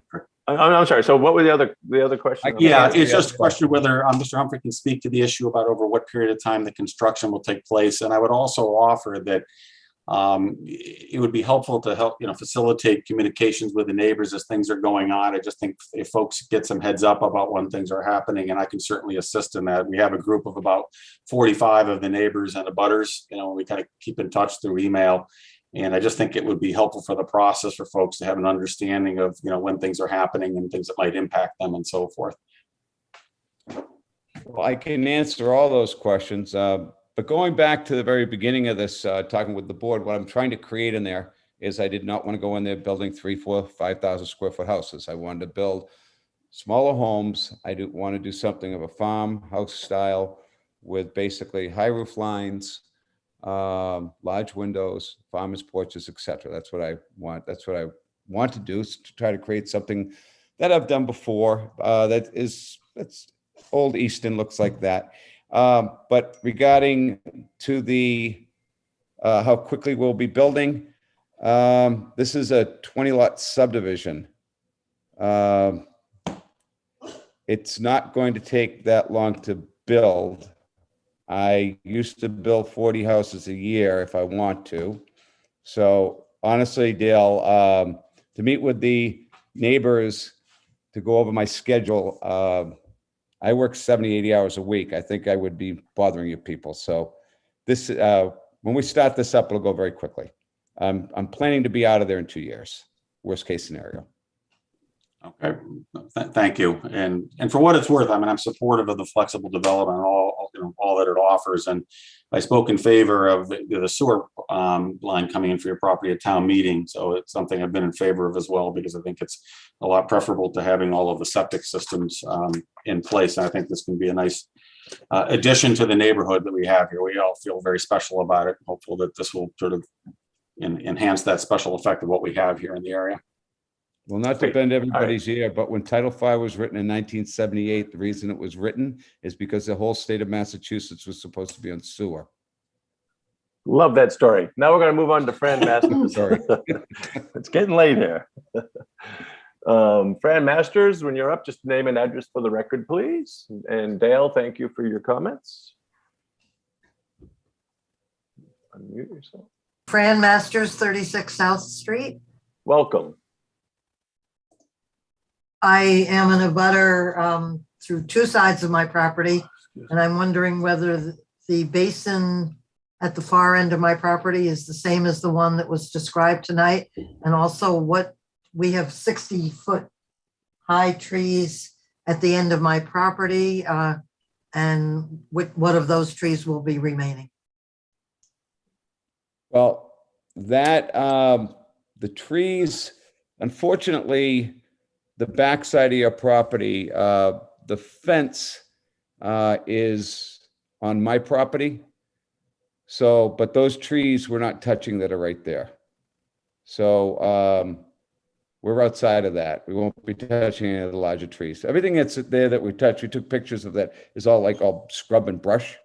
But if you walked out there, there's actually about 10 large trees. I don't know if there's some type of a sickness out there, but there's a lot of the maple and oak that's out there that's diseased, and they're all dying. If you walk on the property, and I've walked out there with some of the planning board before to show them this, but there's a lot of trees that are going to have to come down that are dead. And Mr. Ryland, you can concur with what I'm saying. You were out there with me when we're going over where this is going. Yes. There will be some brush clearing in there, but most of the larger trees are very close to the property line, and they are outside the limit of clearing. Everything that's close to the property line will remain. And to her question about, if I got it right, to how this drainage structure compares to the other, how this infiltration basin, it's about the same depth, I think, right? Looking at the plan. Is it less, Walter? Slightly less depth. Mm-hmm. It's just. It's like 3.5, I think, right? Yeah, it's just more widespread. It's more, you've got the bottom of Basin is 124.5, and it looks like the the highest point is 120, 127. There's 131 just behind lot 2. Yeah, And same, 127. same. I'm sorry, 127, yeah. Same volume of water or same depth with the 100-year storm relative, or? Relatively, yes. We have an outlet set at elevation 126. Oh, And there's a normal, that's called the normal pool elevation because this is a constructed wetlands. It's not the same identical structure, but it's also designed to hold and weep out the stormwater that's coming off the subdivision, so none of the surrounding neighbors receive any floods. don't horrify people saying constructive wetlands. What is this constructive wetlands species? People think this- we're adding water. It's Right. it's species, not water. Again, this is a very large area that will have enough water to support a constructed wetlands. But again, like the infiltration basin, just under the most extreme events, are we going to have a peak amount of water inside the wetlands? The wetlands will absorb it. There's a process called evapotranspiration. Plants pick it up. There's a limited amount that will infiltrate the groundwater. We're not giving credit for that. But the basin bottom is set slightly above the water table. But it had to be close to the water table to support a wetlands. We have plenty of vegetation proposed inside the wetlands. Again, that's to dissipate and remove pollutants and also absorb water. But we have an outlet that's proposed to send, when we have extreme events, water that will head towards the existing wetlands. It's not to go to any point south. It's going to feed the existing small isolated wetlands. Again, the design is very conservative and there will be far less water leaving the property after it's developed compared to current conditions. That's all. So in 1985, when my fence was built, I was told that that was on the property line. You're saying now it's on your property. What are the ramifications of that? You have to get your money back from your fence installer. Frank, do you want to talk about that real quick? Well, the fence is a few feet onto this property of the development. However, there is no construction proposed in that area. We have not proposed anything as far as removing the fence, although Mr. Humphrey could if he chose to, but the construction is not requiring it at this time. The only thing that will go on in that area is that eventually at each of the rear corners, a standard survey concrete monument will be placed. These are little 5-inch square monuments that are set basically flush with the ground that would mark property boundaries. But other than that, there's nothing proposed across the fence line. Do I have to worry that in a few years or something, I might be told that the fence needs to be moved? I'd have to address Mr. Chairman, you guys will be, the conservation will be owning that property. I do not have a problem giving her an easement with that if you don't have a problem with that. Stephanie, do you? I remember Mr. Humphreys and I walked this property a few months back, and he was showing me how there weren't a lot of trees back here. All these trees were dying, and he said, and he goes, we even discovered the fences on part of our property about 4 or 5 feet. But he goes, I'm not gonna make them move it. I don't think we need to. But at the time, I wasn't thinking about the fact that it's conservation land. But that's right. Yeah, I mean, I don't see why I would have to, right? I don't see, I mean, I would think there would be a life to how long that easement would be in play. So, maybe like a 33-year time frame or something, because I would think that the town would want to be able to move that in the future if it comes up. What if it becomes a menace? It's in poor repair, etc. You can almost say, right, you can almost say that the easement survives as long as the fence does. Yeah, that if the fence is ever something like replaced that. or taken down, then it goes not to the property. right. Because it's such a. I have the plan in front of me. I know you don't, Ms. Masters, but it's the very, very furthest part of your lot. That's about 150 feet wide, and it looks like it's all of, I'd say what 4 feet maybe. Yeah. Can we ask town council on that, guys? Can we ask town council what we can do on that? I have no problem granting an easement. It's an So she interesting can save a question. fence. I don't have a reason to. Yeah. Yeah, I would don't have any pro- I appreciate don't that have an issue. greatly. Yeah, we can look yeah. into that. Okay, thank you very much. Sure. All right. Is that everything, Ms. Masters? Yes. Yeah. Okay. Well, thank you so much. Appreciate it. And last but not least is Sean Riley. And if you just name and address for the record when you. Yes, Sean Riley, professional engineer, representing Gaslight Village Homeowners Association, the condo association. If we were going to end with an engineer at 8:30, I don't think I would have taken the call. No, I'm not. I'd like kidding, to I'm actually teasing. applaud the developer and Mr. Hermano for all their work of accommodating everybody on this property. So kudos to you guys. Just two quick questions. Beta had in their June 17th report or their letter, page 6 had recommended the submission of a final stormwater pollution prevention plan prior to the start of construction. Was wondering if that was going to be a condition of the approval, number one, and number two, would they be reviewing that? I think those are both yes and yes, right, Stephanie? I believe the stormwater pollution plan has already been submitted. Yeah, Walter?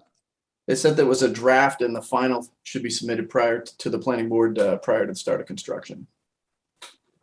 Correct, but I think that they have already submitted that. I believe we submitted. I know that they have already submitted it. Every plan and component that Beta has required to date has been submitted. Yeah. Well, we will, in the interest of time, we'll endeavor to, that will happen if it hasn't happened anyways. Outstanding. That's all I have. All right. Well, thank you. Thank you, Sean. All right. We have one Q&A. Let's see. Jennifer, talk to owner to everyone. I don't know who owner is, but will there be street lines to direct the flow of traffic? Do we do a center line? Do we do a center line on this? I'm trying to remember. We don't do street lines on these, right? We don't. No, I don't. There's no arrows. I mean, I wonder if the questioner was asking whether South Street would have street lines to direct the flow of traffic. I mean, it's pretty intuitive within the subdivision. Well, and again, if the question was in terms of South Street, I would, again, that's out of our purview. So I would just defer to traffic. But I'm thinking back to, we don't require lines on flexible developments. Right, we don't do a center line. Right? I don't think so. I have not seen center lines in subdivisions. Right. Yeah, we haven't done Easton. it. So, and I wonder here if it means more, but there will not be arrows, directional arrows, right? Painted, right? And that's all in keeping with what this is, a small scale residential, minimal, low impact development, minimal pavement. All right. Oh, okay. This is going to be the last one. I see Fred Blaze, because I saw you had your hand up before. This is going to be the last I take from the public. So, Fred, if you just name and address for the record when you're unmuted, please. Can you hear me? Yep. Okay. This is Jesse and Fred Blaze on 3 South Street. Welcome. We are on the corner of Aquanicut and South Street. I drive on Aquanicut. We're very concerned about traffic. They're talking about putting a set of lights on 106. It's coming to Aquanicut. And our driveway is at South Street. We're never going to be able to get in and out. There's no stop sign at South Street here. It's going to be a mess. So, has anyone looked at that point? They're talking about Maria Wilson's and Jill's house at that curve, we understand. But now our driveway's on the curve on Aquanicut that we're lucky we don't get killed now. We have no stop sign there either on South Street. Hello? No, we're letting you talk. Yes, Oh. yeah. So are we talking about a stop sign at South Street at Pequannock? And what happens when the set of lights happens on Pequannock? Well, if you think of the way South Street intersects with Pequannock, now there's not a stop sign. It's an inferred stop. I mean, it's in the I know traffic that's rules. my house, and I've had cars come through my stone wall coming Okay, down. well, but you always have the right, whether there's a development being added or not, you can always reach out to the Traffic Safety Committee if you think a stop sign is warranted. And again, that's outside of our purview.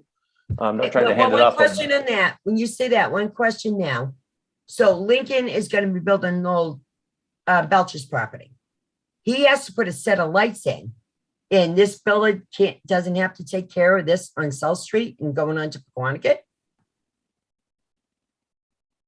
So, well, there's not exactly apples for apples. The reason, Mr. Lincoln. You live on Pequannock. Ma'am, you asked me a question. Will you please let me answer now? I was polite and listened to you, and I would ask the same. Sorry. So, Mr. Lincoln, okay, I was actually the one who came up with the idea for a set of lights to go there, because I thought if anything was going to be developed at that foundry, I lived on Pequannock for 35 years. We all know what the traffic's like trying to get off of 106. So there's going to be, so I look at it, I think a little differently. I don't see traffic's going to back up on Pequannock. As you know, there's always 4 or 5 cars now if someone's trying to take a left. There's going to be a right-hand turning lane, which is going to alleviate a lot of that waiting. And then there'll be a traffic light for wanting to go left. So it's going to be regulated. It's going to be safer, and there'll be less of a queue time. So in terms of,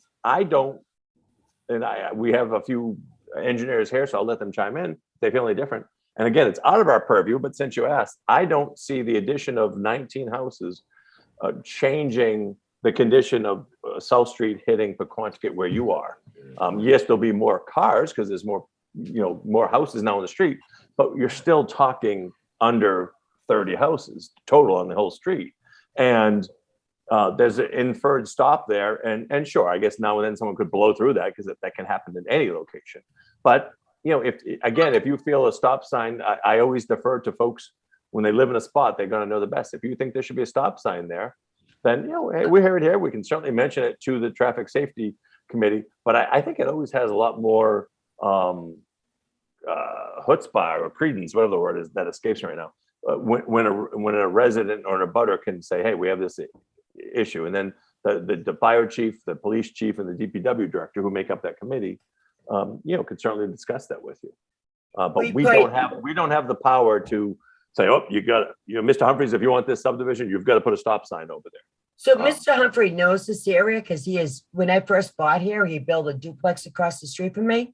So he knows exactly the curve I'm talking about. So I think we all do. Up at 106, and you're going down Pequannock, we're at that curve.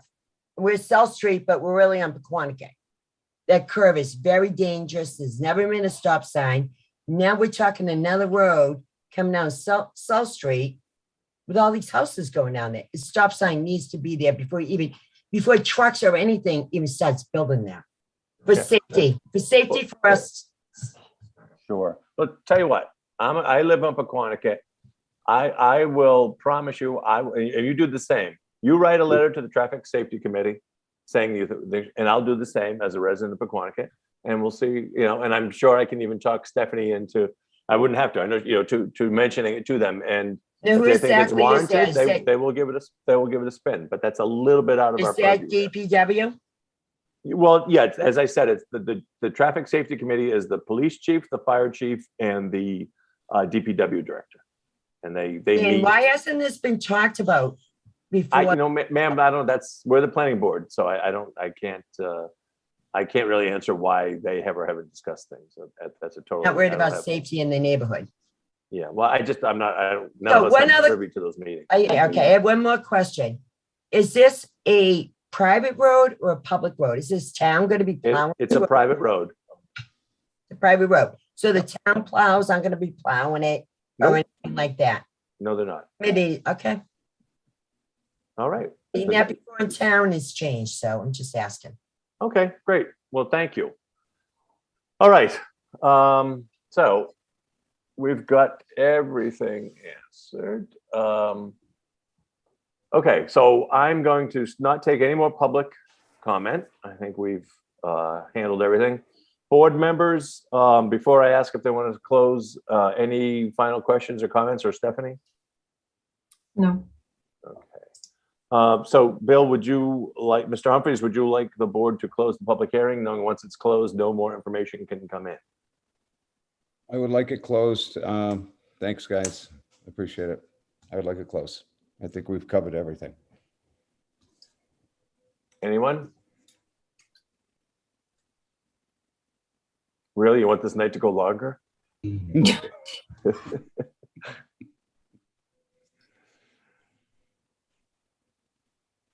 Someone gonna make a motion to close the public hearing? Motion to close the public hearing, so. Anderson, second. All right. All those in favor, roll call. Greg Strange, aye. Christopher Anderson, Aye. Amas Kedem, Aye. Peter Deshane. Did you say aye? Yes. Okay.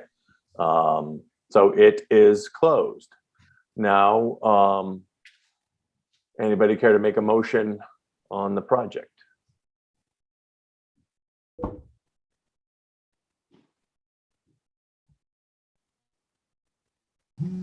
Greg, for any conditions, we'll just talk about conditions as part of the special. Yes, permit I'd like a decision. motion, then a second, then we can discuss. That'll be the easiest way to do it. Yes. Motion to approve 20 South Street, special permit. Is there a second? Second. Okay, that was Amas. Any further discussion? Hearing none. All those in favor through a roll call, Greg Strange, aye. Peter Deshane, Aye. Amas Kedem, Aye. and Christopher Anderson. Aye. Okay, the motion passes 4-0, which is required for a supermajority. And so and I didn't actually answer that right, Peter, but all of the items that we discussed will be made part of the decision, which we will review obviously before we. Yeah, that's what I said.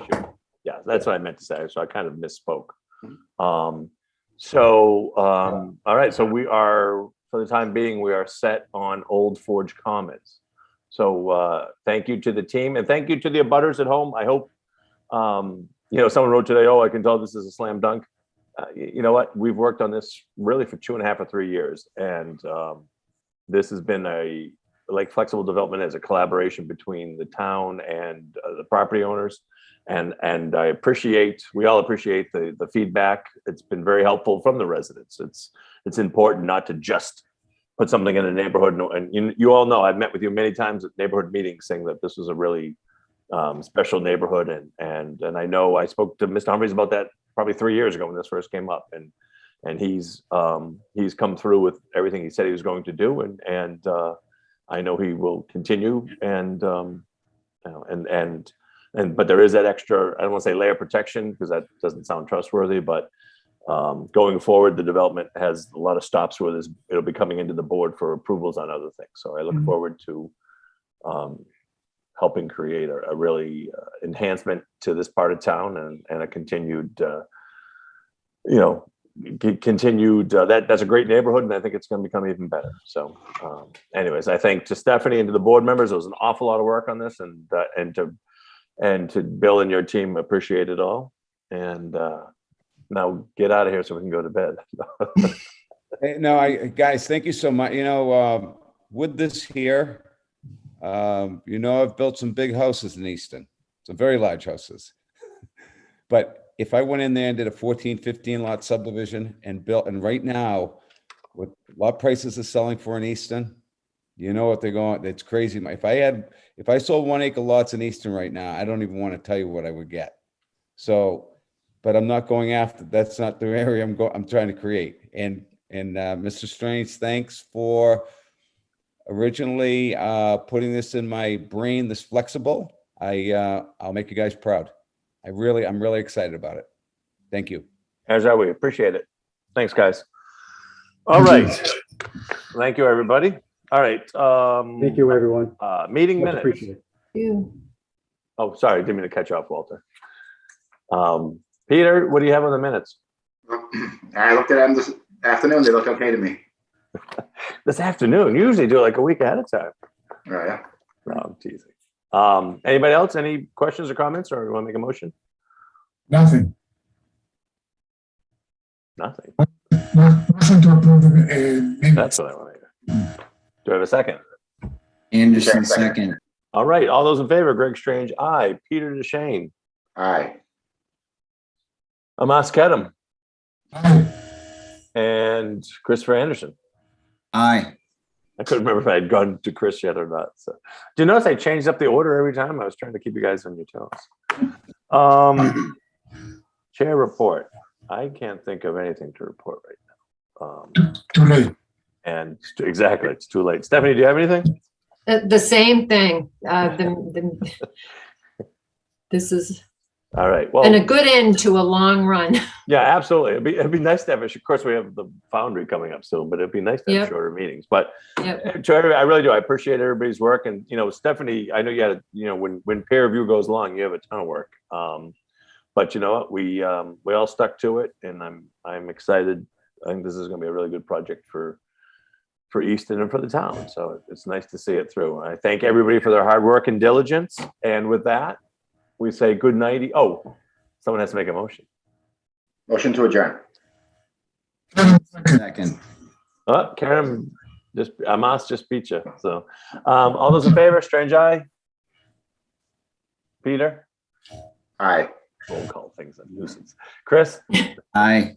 And Amas, bring us home. All right. Aye. All right. Thank you all. Good night. Good night, Kat. everybody. Thank you, Suzanne. Thank you. Thank you, Easton. Good night, folks. Gotta go have some Chinese food.